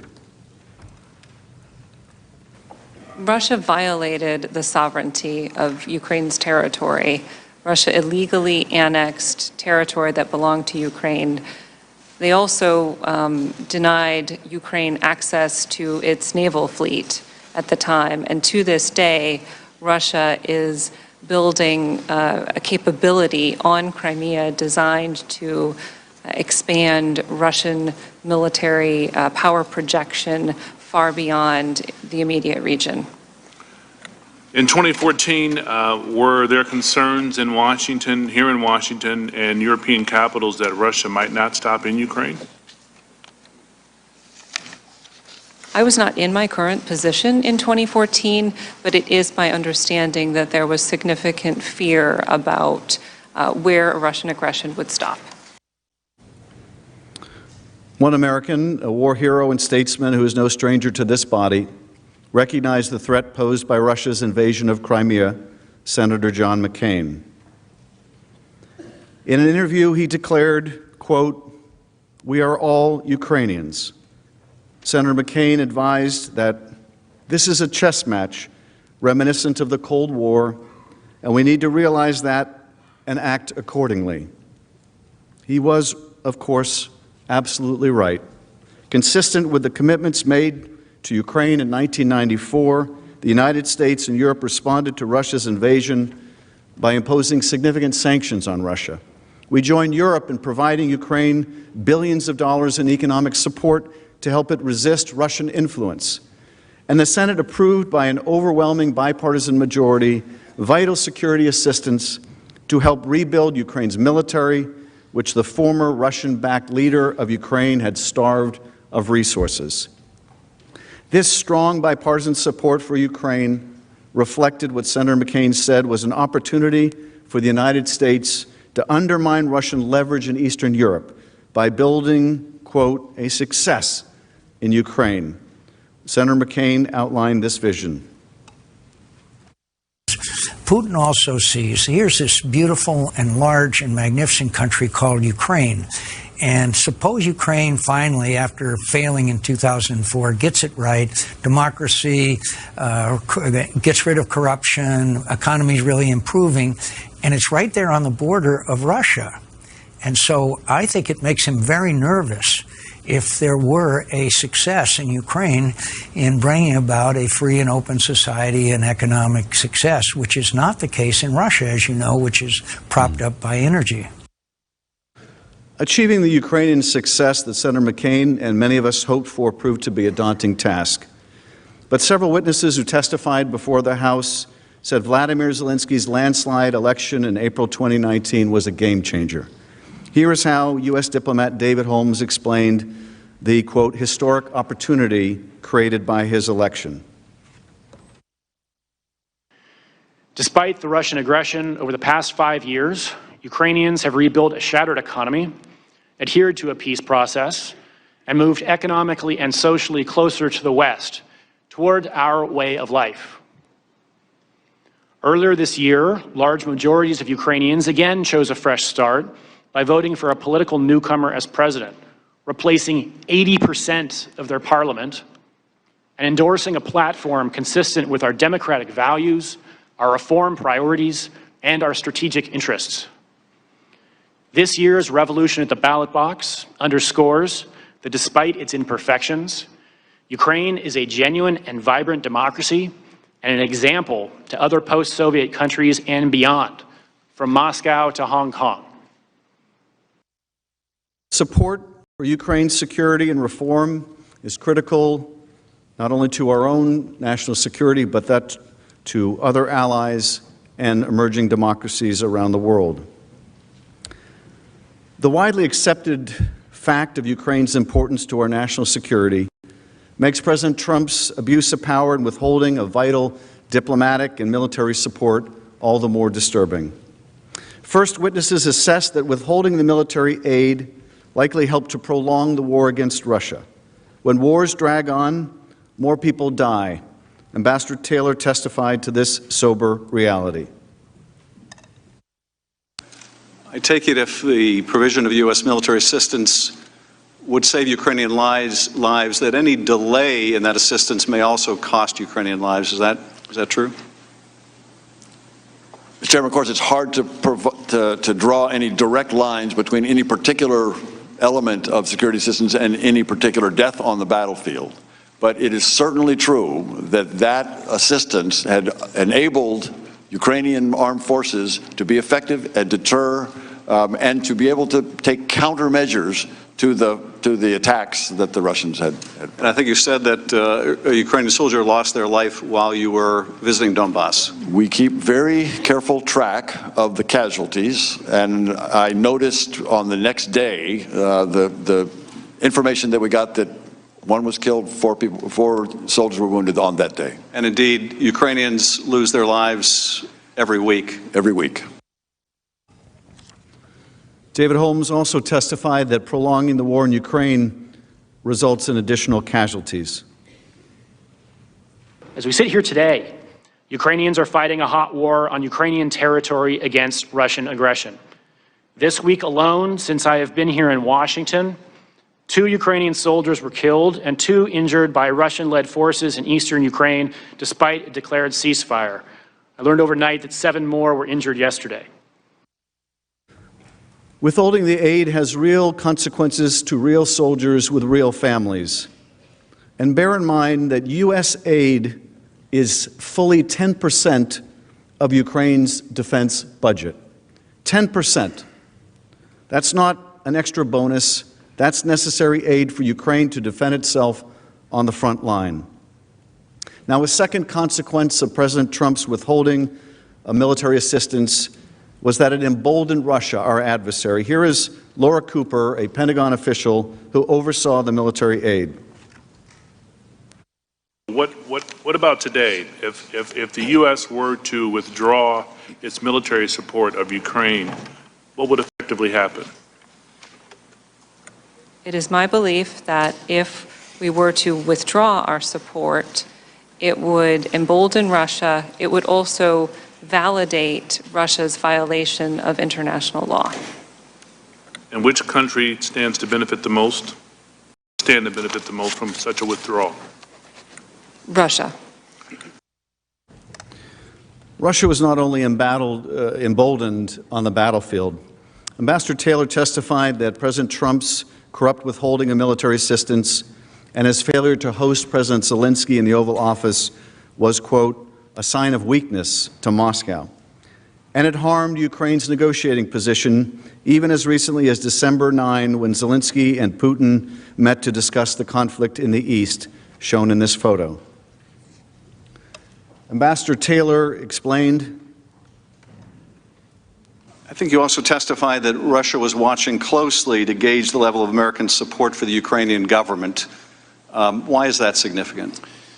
This is significant, Mr. Chairman, because the Ukrainians, in particular under this new administration, are eager to end this war. And they are eager to end it in a way that the Russians leave their territory.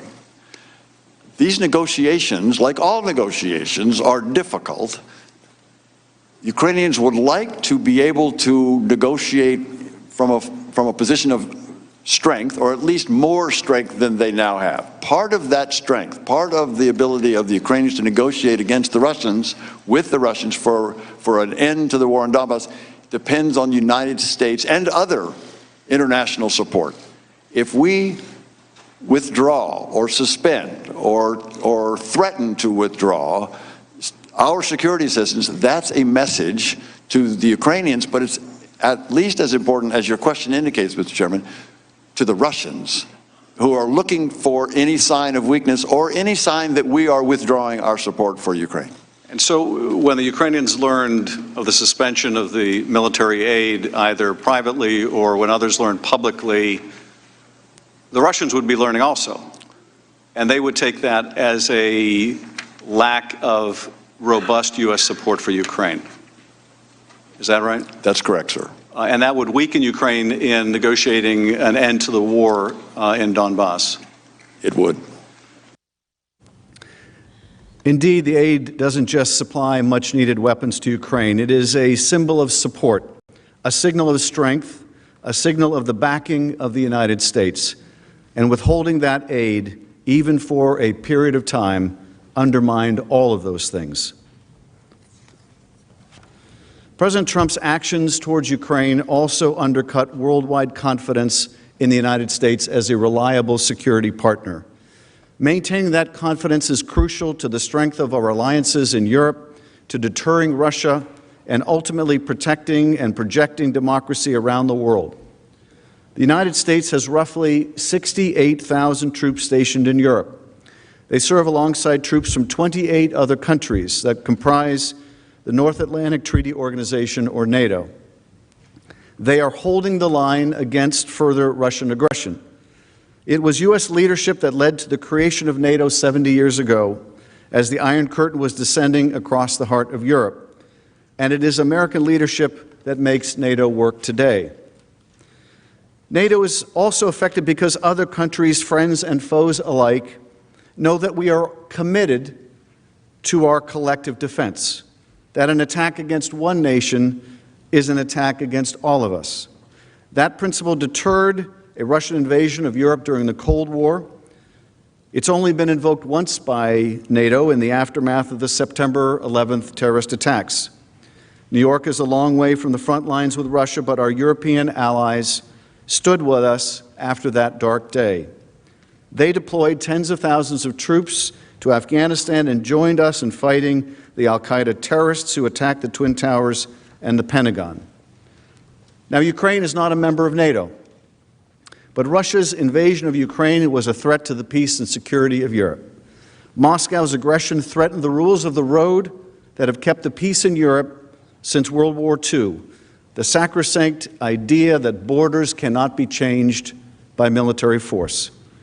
If we had not supported Ukraine in 2014, if members of this body had not voted overwhelmingly on a bipartisan basis for military assistance to rebuild Ukraine's military, there is no question it would have invited further Russian adventurism in Ukraine and perhaps elsewhere in the heart of Europe. It would have weakened our allies and exposed U.S. troops stationed in Europe to greater danger. Deterring Russia requires persistence, not just one military aid package or one Oval Office meeting, but a sustained policy of support for our partners. We only deter Russia by consistently demonstrating support for our friends like Ukraine. George Shultz, who served as Ronald Reagan's Secretary of State, understood this. He compared diplomacy and alliance management to gardening. He said, quote, "If you plant a garden and go away for 6 months, what have you got when you come back?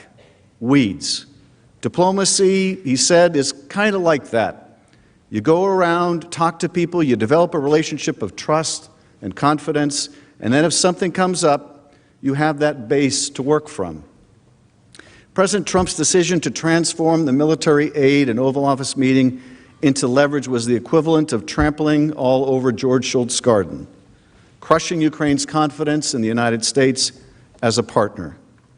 He also caused our NATO allies to question whether we would stand with them against Russia.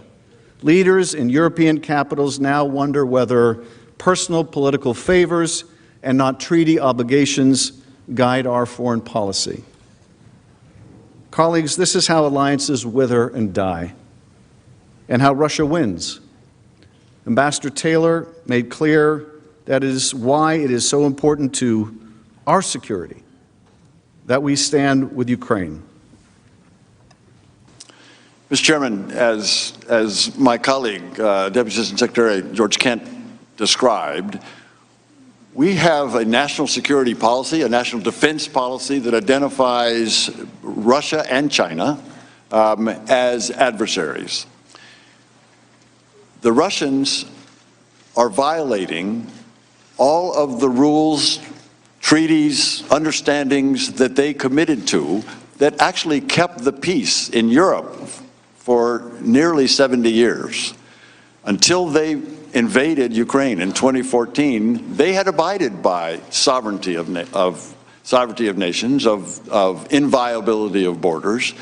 That rule of law, that order that kept the peace in Europe and allowed for prosperity as well as peace in Europe was violated by the Russians. And if we don't push back on that, on those violations, then that will continue. And that, Mr. Chairman, affects us. It affects the world that we live in, that our children will grow up in, and our grandchildren. This affects the kind of world that we want to see abroad. So that affects our national interest very directly. Ukraine is on the front line of that conflict. Now, we understood that in 2017, the first year of the Trump administration, and it appeared the Trump administration understood it as well. And we understood it in 2018, and the Trump administration understood that as well. And we understood that in 2019, and the Trump administration appeared to as well. At least it did until it didn't. It did until something of greater importance and significance came along, and that event of greater significance to the Oval Office was the emergence of Joe Biden as a candidate for president. And then that military support which had increased during the Trump administration, was suddenly put on hold for inexplicable reasons. Ukraine got the message. It wasn't very inexplicable to Ukraine. And what's more, Russia got the message. It wasn't very inexplicable to Russia. That had pushed out the whole propaganda theory that it was Ukraine that had interfered in our election and not Russia. And so that consensus among the Congress and the administration, among the right and the left and the center, that as Ambassador Taylor explained, this is not only vital to Ukraine's security and the post-World War II order that has kept the peace in Europe for 70 years, but it's vital to us and our security as well. That all broke down. That all broke down over an effort led by the president and his agent, Rudy Giuliani, and his agents, Parnas and Fruman, to overturn all of that. Overturn a decades-long commitment to standing up to Russian aggression. We have so tremendously benefited. No country has benefited more from the international rules of the road, the international order, than the United States. It gave us the peace and stability to prosper like no other nation has before. And we're throwing it away. We're throwing it away. We're undermining the rule of law. We're undermining the principle you don't invade your neighbor. We're undermining the key to our own success. And for what? For help with a political campaign. To quote Bill Taylor, that's crazy. That's crazy.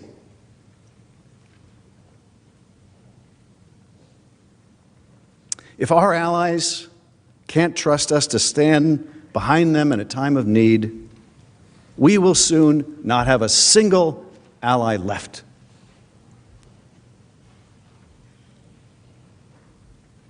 Look, I know it's painful to see some of our allies and how they talk about this president, because when they talk about this president, they're also talking about the United States.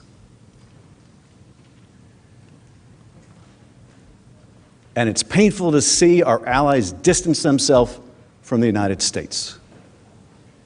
And it's more than painful, it's dangerous. It's dangerous to us. I think it was Churchill who once said, there's nothing worse than allies except having no allies. But if we're going to condition our support for our allies on their willingness to be dragged kicking and screaming into our politics, if we're going to condition the strength of our alliance on whether they'll help us cheat in an election, we're not going to have a single ally left. And not a single one of us in this chamber is ever going to be able to say one of our counterparts to respect the rule of law without it being thrown in our face.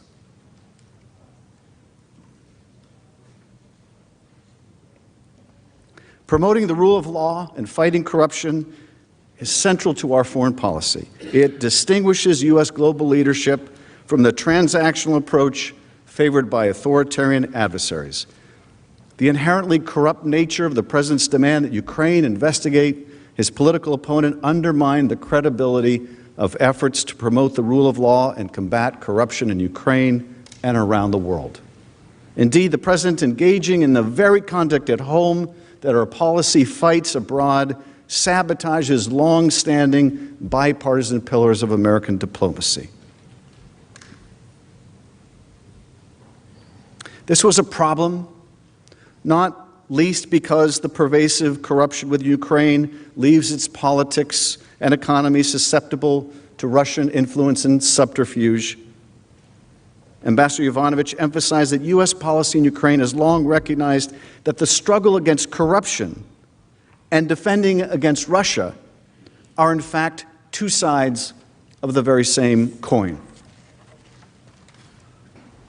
Corruption makes Ukraine's leaders ever vulnerable to Russia, and the Ukrainian people understand that. That's why they launched the Revolution of Dignity in 2014, demanding to be a part of Europe, demanding the transformation of the system, demanding to live under the rule of law. Ukrainians wanted the law to apply equally to all people, whether the individual in question is the president or any other citizen. It was a question of fairness, of dignity. Here again, there is a coincidence of interests. Corrupt leaders are inherently less trustworthy, while an honest and accountable Ukrainian leadership makes a U.S.-Ukrainian partnership more reliable and more valuable to the United States. A level playing field in this strategically located country, bordering 4 NATO allies, creates an environment in which U.S. business can more easily trade, invest, and profit. Corruption is also a security issue, because corrupt officials are vulnerable to Moscow.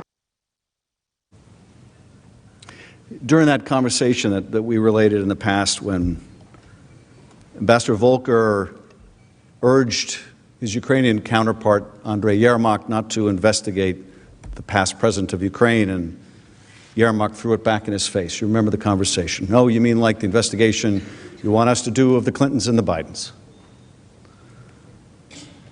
They taught us something in that conversation. They taught us that we'd forgotten, for that moment, our own values. You know, just listening to the ambassador right now, I was thinking how interesting it is the Ukrainians chose to describe their revolution as a revolution of dignity.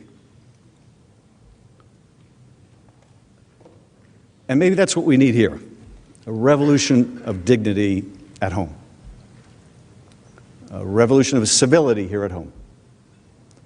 Maybe we can learn a lot more from our Ukrainian ally.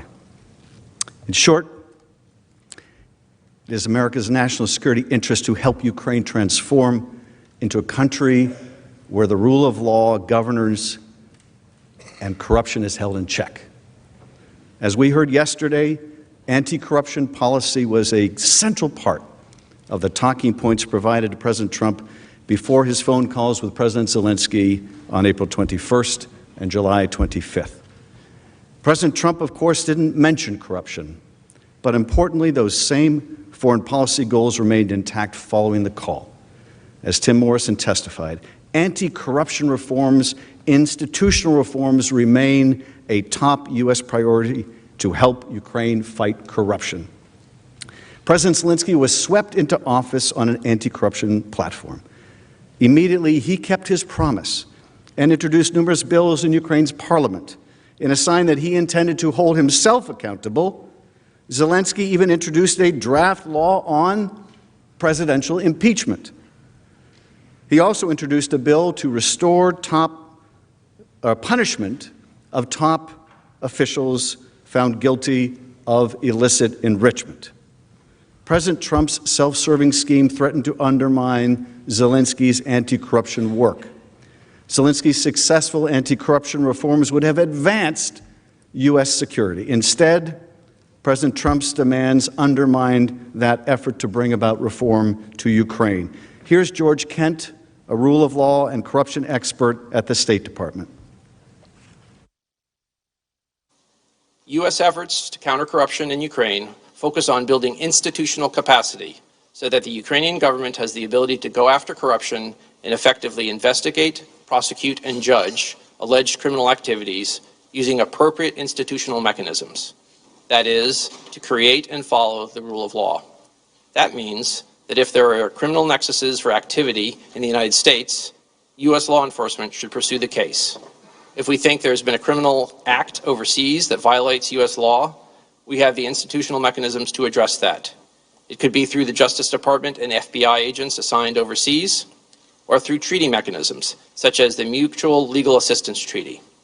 As a general principle, I do not believe the United States should ask other countries to engage in selective, politically associated investigations or prosecutions against opponents of those in power, because such selective actions undermine the rule of law, regardless of the country. And so it's clear what President Trump did when abusing his office and demanding Ukraine open an investigation into Joe Biden was not fighting corruption. It was not part of established U.S. anti-corruption policy. That corrupt pressure campaign for his own personal political benefit, in fact, subverted U.S. anti-corruption efforts in Ukraine and undercut our national security. President Trump was not fighting to end corruption in Ukraine. As my colleague in the House, Mr. Himes, pointed out during one of our hearings, he was trying to aim corruption in Ukraine at Vice President Biden and our 2020 election. Selective, politically motivated prosecutions of political opponents undercut governance in Ukraine. President Trump's demand that Zelensky help him do precisely what U.S. diplomats for decades advised Ukrainian officials not to do completely undercut the credibility of efforts to promote the rule of law there. The demand also undercut the United States' moral standing and authority in the eyes of the global audience. Here, once again, is George Kent. Ken, is pressuring Ukraine to conduct what I believe you've called political investigations a part of U.S. foreign policy to promote the rule of law in Ukraine and around the world? It is not. Is it in the national interest of the United States? In my opinion, it is not. Why not? Because our policies, particularly in promoting the rule of law, are designed to help countries, and in Eastern Europe and Central Europe, that is overcoming the legacy of communism. In the communist system, in particular, the Prosecutor General Office was used to suppress and persecute citizens, not promote the rule of law. So in helping these countries reach their own aspirations to join the Western community of nations and live lives of dignity, helping them have the rule of law with strong institutions is the purpose of our policy. So in other words, it is a purpose of our foreign policy to encourage foreign nations to refrain from conducting political investigations. Is that right? Correct. And in fact, as a matter of policy, not of programming, we oftentimes raise our concerns, usually in private, with countries that we feel are engaged in selective political prosecution and persecution of their opponents. Yovanovitch aptly summarized the global consequences and harm to U.S. national security resulting from President Trump's demand that Ukraine investigate his political opponent. Such conduct undermines the U.S., exposes our friends, and widens the playing field for autocrats like President Putin. Our leadership depends on the power of our example and the consistency of our purpose. Both have now been put to question. The issues I just covered are not a matter of policy disagreement over foreign policy and national security. Article 1 asserts that the President was engaged in no such policy at all, but instead sold out our policies and our national interests for his own personal gain and to help him corrupt the next election. That is the core conduct of an impeachable offense. The President's abuse of power also affected our election integrity. The framers of our Constitution were particularly fearful that a president might misuse or abuse the power of his office to undermine the free and fair elections at the heart of our democracy. Sadly, that moment has arrived. President Trump's repeated solicitation of a Ukrainian investigation was a clear effort to leverage foreign interference to bolster his prospects in the 2020 election. In other words, to cheat in his election. In our democracy, power flows from the will of the people as manifest in free and fair elections. One person, one vote is fundamental in our democracy. President Trump's invitation of foreign interference in the 2020 election for the purposes of helping him win an election undercut the Constitution's commitment to popular sovereignty. Americans are now left to wonder if their vote matters, or if they're simply pawns in a system being manipulated by shadowy foreign forces working on behalf of corrupt interests of a lawless president. Over the long term, this weakens our democratic system's capacity for self-governance by encouraging apathy and non-participation. Cynicism makes it easier for enemies to influence our politics and undermine the national good. Indeed, this is precisely what Vladimir Putin intended when he meddled in the 2016 election, for us to become more cynical, for us to lose faith in the notion that the American system of government is superior to the corrupt, autocratic model of government that he has erected in Russia and sought to export to places like Ukraine. These are not the free and fair elections Americans expect or demand if foreign powers are interfering. How can we know that our elections are free from foreign interference, whether by disinformation or hacking or fake investigations? We must not become numb to foreign interference in our elections. Our elections are sacred. If we do not act to put an end to the solicitation of foreign interference in our election by the President of the United States, the effect will be corrosive to our elections and our values. Future presidents may believe that they, too, can use the substantial power conferred on them by the Constitution in order to undermine our system of free and fair elections, that they, too, can cheat to obtain power or keep it. That way lies disaster for the great American experiment in self-governance. As you have seen, there is powerful evidence that President Trump will continue to betray the national interest to a foreign power, further undermine both our security and democracy.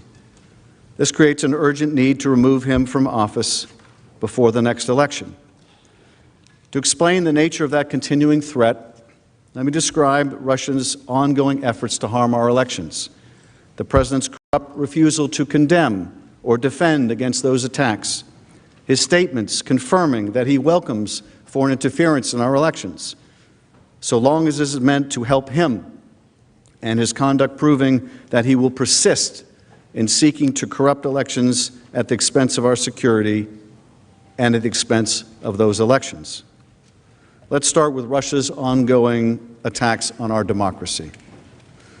At the heart of the President's Ukraine scheme is his decision to subscribe to that dangerous conspiracy theory that Ukraine, not Russia, was responsible for interfering in 2016. President Trump and his men pressured Ukraine into investigating this bogus piece of Russian propaganda, and in doing so, they aided Putin's concerted plot to undermine our security and democracy. Special Counsel Mueller warned that Putin's plot was ongoing. Is this, in your investigation, did you think that this was a single attempt by the Russians to get involved in our election, or did you find evidence to suggest they'll try to do this again? No, it wasn't a single attempt. They're doing it as we sit here. And they expect to do it during the next campaign. Not a single attempt. They're doing it as we sit here, and they expect to do it in the next campaign. That was Special Counsel Mueller's stark warning. And we now know that Director Mueller was right. Just the other week, we saw public reporting that Russian hackers may be using phishing emails to attack the Ukrainian gas company Burisma, presumably in search of dirt on Joe Biden. Those are the same tactics deployed by the same adversary, Russia, that Special Counsel warned about in the last election. It may be Russia once again attempting to sway our election for one candidate, this time through Ukraine.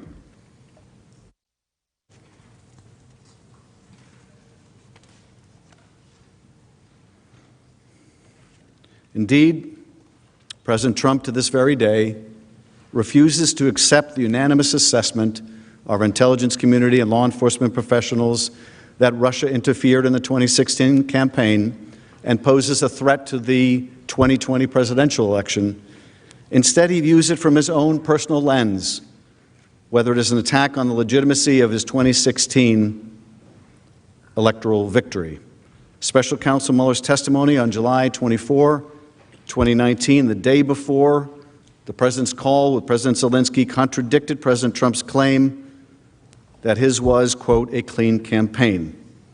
Mueller found that individuals associated with the 2016 campaign of the President welcomed Russia's offers of assistance and adjusted their political strategy so that then candidate Donald Trump might benefit from Russia's assistance. When they were subsequently asked by U.S. law enforcement about their activities, President Trump's advisors repeatedly lied. In Helsinki in July of 2018, however, President Trump refused to acknowledge the Russian threat to our elections. When a reporter explicitly asked whether he believed Putin or the U.S. intelligence agencies on the issue of foreign interference in the 2016 election, President Trump said, quote, "I don't see any reason why it would be Russia," and talked about the DNC server.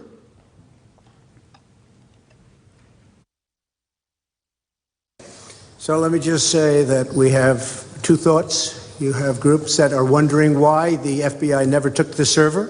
Why haven't they taken the server?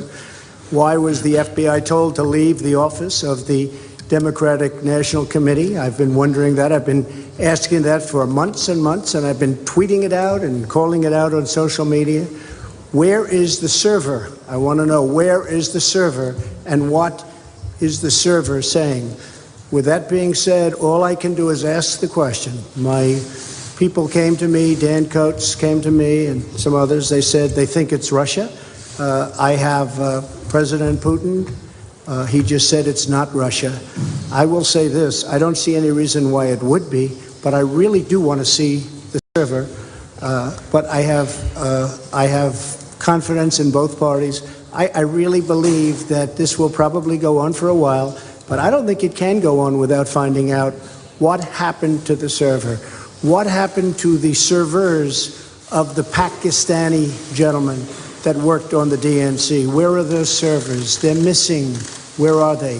What happened to Hillary Clinton's emails? 33,000 emails gone, just gone. I think in Russia they wouldn't be gone so easily. I think it's a disgrace that we can't get Hillary Clinton's 33,000 emails. So I'm sure you remember this.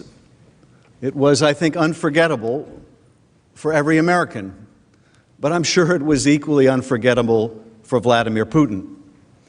I mean, there he is, the president of Russia, standing next to the president of the United States and hearing his own Kremlin propaganda talking points coming from the president of the United States. Now, if that's not a propaganda coup, I don't know what is. It's the most extraordinary thing. It's the most extraordinary thing. The President of the United States standing next to the President of Russia, our adversary, saying he doesn't believe his own intelligence agencies. He doesn't believe them. He's promoting this kooky, crazy server theory cooked up by the Kremlin, right next to the guy that cooked it up. It's a breathtaking success of Russian intelligence. I don't know if there's ever been a greater success of Russian intelligence. Whatever profile Russia did of our president, boy, did they have him spot on. Flattery and propaganda. Flattery and propaganda is all Russia needed. And as to Ukraine, well, they needed to deliver a political investigation to get help from the United States.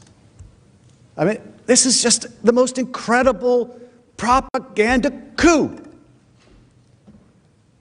Because as I said yesterday, it's not just that the President of the United States standing next to Vladimir Putin is reading Kremlin talking points. He won't read his own national security staff talking points, but he will read the Kremlin ones. But it's not just that he adopts the Kremlin talking points. That would be bad enough. It's not bad enough, it's not damaging enough, it's not dangerous enough to our national security that he's undermining our own intelligence agencies.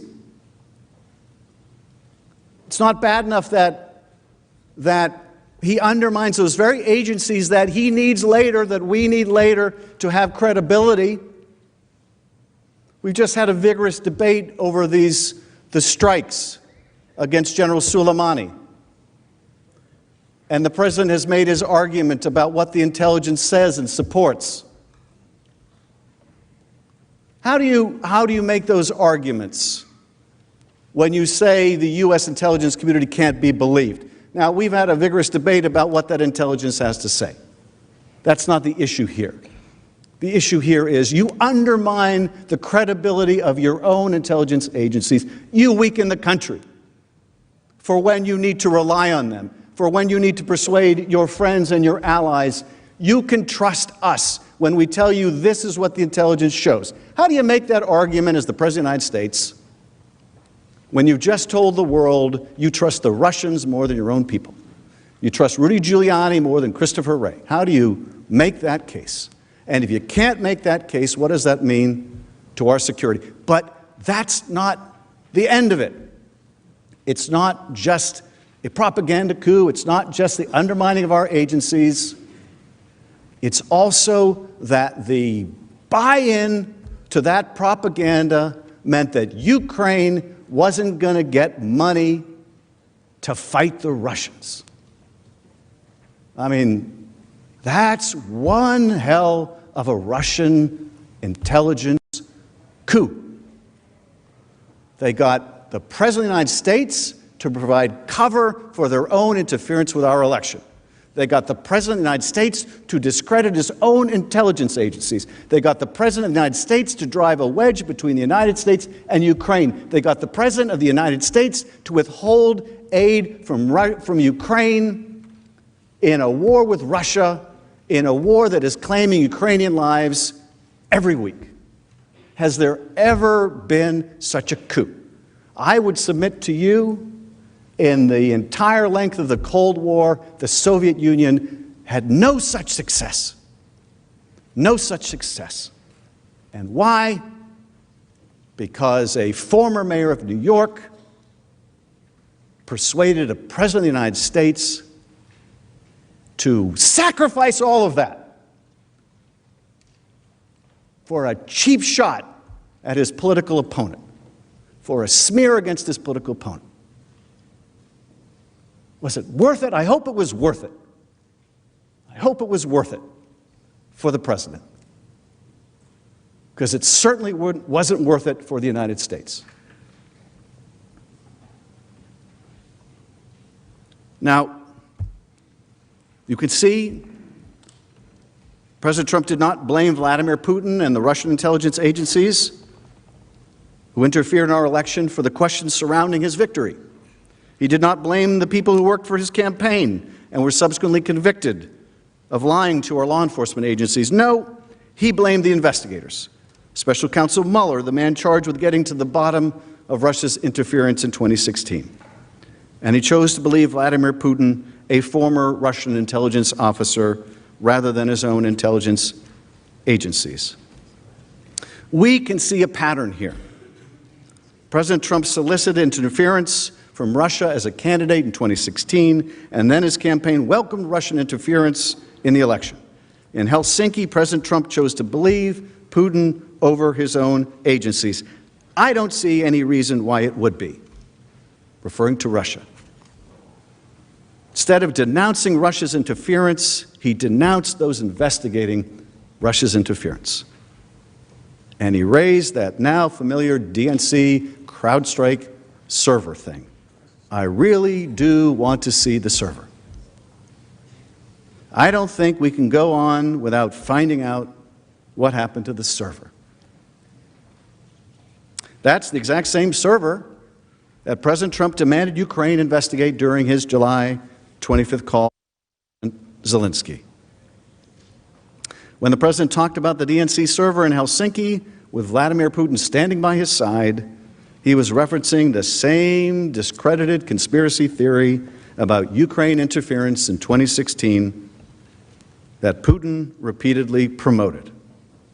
Let's look at this Washington Post article from July 2018. In the end, Trump's performance alongside Putin in the Finnish capital seemed like a tour through his most controversial conspiracy theories. Tweets and off-the-cuff musings on Russia, except he did it all while abroad, standing just feet from Putin, the leader of one of America's greatest geopolitical foes. Spectacle in Helsinki also underscored Trump's eagerness to disregard his own advisors, his willingness to flout the conclusions of his own intelligence community, that Russia interfered in the 2016 elections and his apparent fear that pressing Putin on the subject might cast doubt on his electoral victory. White House officials told the Washington Post that President Trump's remarks in Helsinki were, quote, very much counter to the plan. That's another understatement of the century. If that sounds familiar, it's because the witness who testified before the House as part of the impeachment inquiry, they all said the same thing about the July 25th phone call.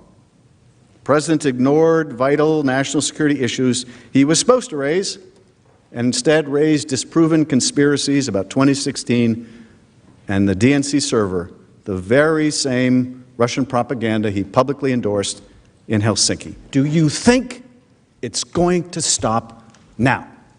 Do you think if we do nothing, it's going to stop now? All of the evidence is to the contrary. You know it's not going to stop. The President just told one of the members of this body he still wants Biden investigated. It's not going to stop unless the Congress does something about it. President Trump's betrayal began in 2016 when he first solicited Russian interference in our election. Russia, if you're listening, I hope you're able to find the 30,000 emails that are missing. That betrayal continued in Helsinki in 2018, when, as we saw, he rejected the intelligence community's assessment about Russian interference in that same election, when he criticized U.S. officials investigating the Russia interference and instead promoted Putin's conspiracy theory about Ukraine. The betrayal continued in 2019, when he carried out a scheme to cheat in the 2020 election by demanding that the leader of Ukraine, a U.S. partner under military attack by Russia, announce an investigation into the same baseless conspiracy theory about a DNC server and the bogus allegations about Vice President Biden. And the abuse of power continues. He is still trying to cheat in the next election. Even after the scheme came to light, even after it became the subject of an impeachment inquiry, it continued. And the false statements about it continued. President Trump repeatedly asserted that he had a prerogative to urge foreign nations to investigate U.S. citizens who dare to challenge him politically.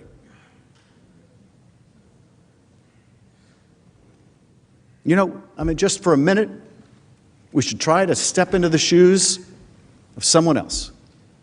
My father used to say, you don't understand a person until you step in their shoes. I always thought he invented that wisdom himself until I watched To Kill a Mockingbird and found out that Atticus Finch said it first. But let's just try to step into someone else's shoes for a moment. Let's imagine it wasn't Joe Biden. Let's imagine it was any one of us.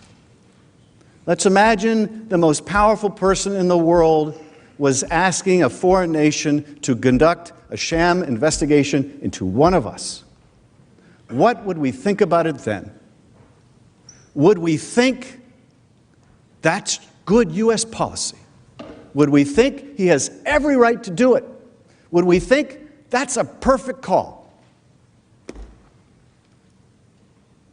Let's step for a minute into Ambassador Yovanovitch's shoes.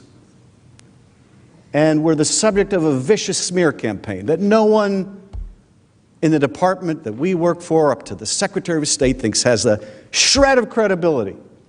Let's step into her shoes for a minute. Spent our whole life devoted to public service, served in dangerous places around the world. And we're hounded out of our post. And one day someone releases a transcript of a call between the President of the United States and a foreign leader, and the President says there's gonna be some things happening to you, or to you, or to you, or to you, or to you. How would you feel about the President of the United States? Would you think He was abusing the power of his office.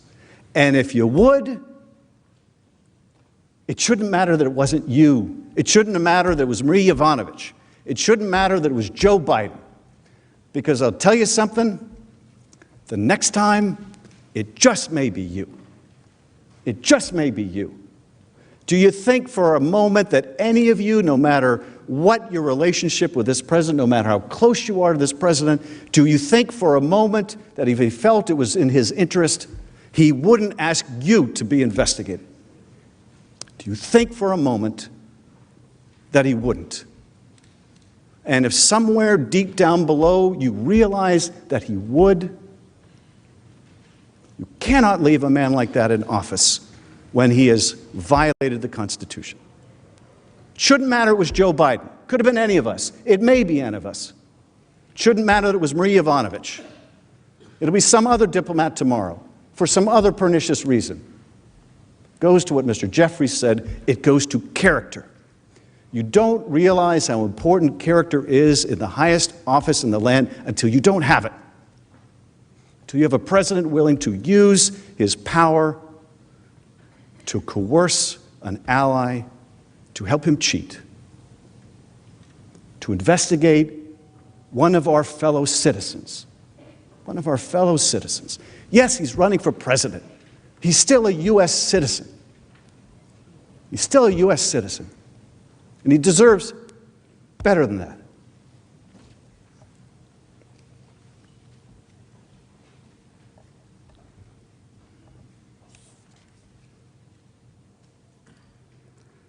Now, of course, it wasn't just Ukraine. It wasn't just Russia. There's the invitation to China to investigate the Bidens. It's not going to stop. On September 19th, Rudy Giuliani was interviewed on Chris Cuomo and CNN. You've probably all seen the clip. When asked specifically if he had urged Ukraine to look into Vice President Biden, Mr. Giuliani replied immediately, "Of course I did. Of course I did." It shouldn't matter that it was Joe Biden. Wasn't Hunter Biden there? It was Joe Biden. Wasn't Hunter Biden on that call? It was Joe Biden. But it shouldn't matter whether it's Hunter Biden or Joe Biden. We're talking about American citizens. It shouldn't matter to any of us which American citizens. And he hasn't stopped urging Ukraine to conduct these investigations. Mr. Giuliani hasn't. Donald Trump hasn't. To the contrary, and consistent with everything we know about the president, he has done nothing but double down. During his the first week of December, Mr. Giuliani traveled to Ukraine and Hungary to interview the corrupt former Ukrainian prosecutors who had been pushing these false narratives about Vice President Biden and this kooky conspiracy about 2016. Mr. Giuliani met with current members of the Ukraine parliament who have advocated for that same fraudulent investigation. June of last year, President Trump told ABC News that he would take political dirt from a foreign country if he was offered it again. If he has learned anything from the tumult of the last 3 years, it is he can get away with anything. He can do it again. Can't be indicted, can't be impeached. Can't, if you believe our Attorney General, even be investigated. Our founders worried about a situation just like this. James Madison put it simply, the President, quote, might betray his trust to foreign powers. In his farewell address, George Washington warned Americans to be constantly awake, since history and experience prove that foreign influence is one of the most baneful foes of Republican government. John Adams, in a letter to Thomas Jefferson, wrote, "You are apprehensive of foreign interference, intrigue, influence, so am I. But as often as elections happen, the danger of foreign influence recurs." Or, To quote the President's Chief of Staff, get over it. There's going to be politics in foreign policy. Well, I don't think that was John Adams' point. And I don't think that was James Madison's point, and I don't think that was George Washington's point. If it was, they would have said, get over it. But they recognized, as I know we recognized, what a profound danger that would be, for that to become the new normal. Another election is upon us. 10 months, voters will undertake their most important duty as citizens by going to the polls and voting for their leader.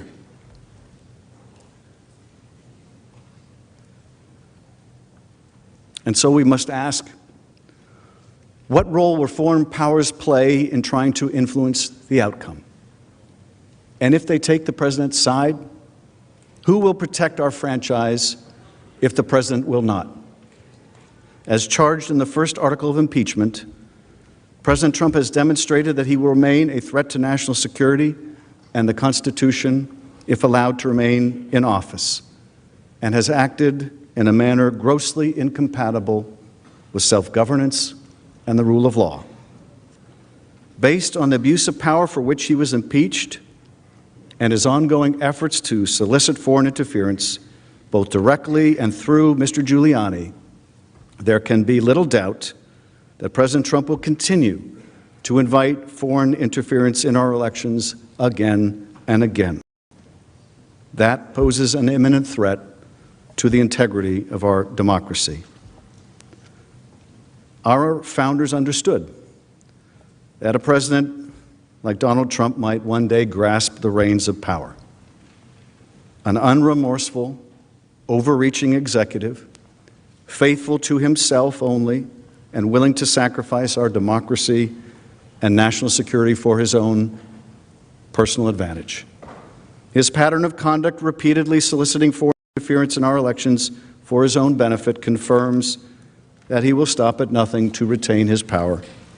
He willfully chose to place his own personal interests above the country's and the integrity of our elections. There is every reason to believe that will continue.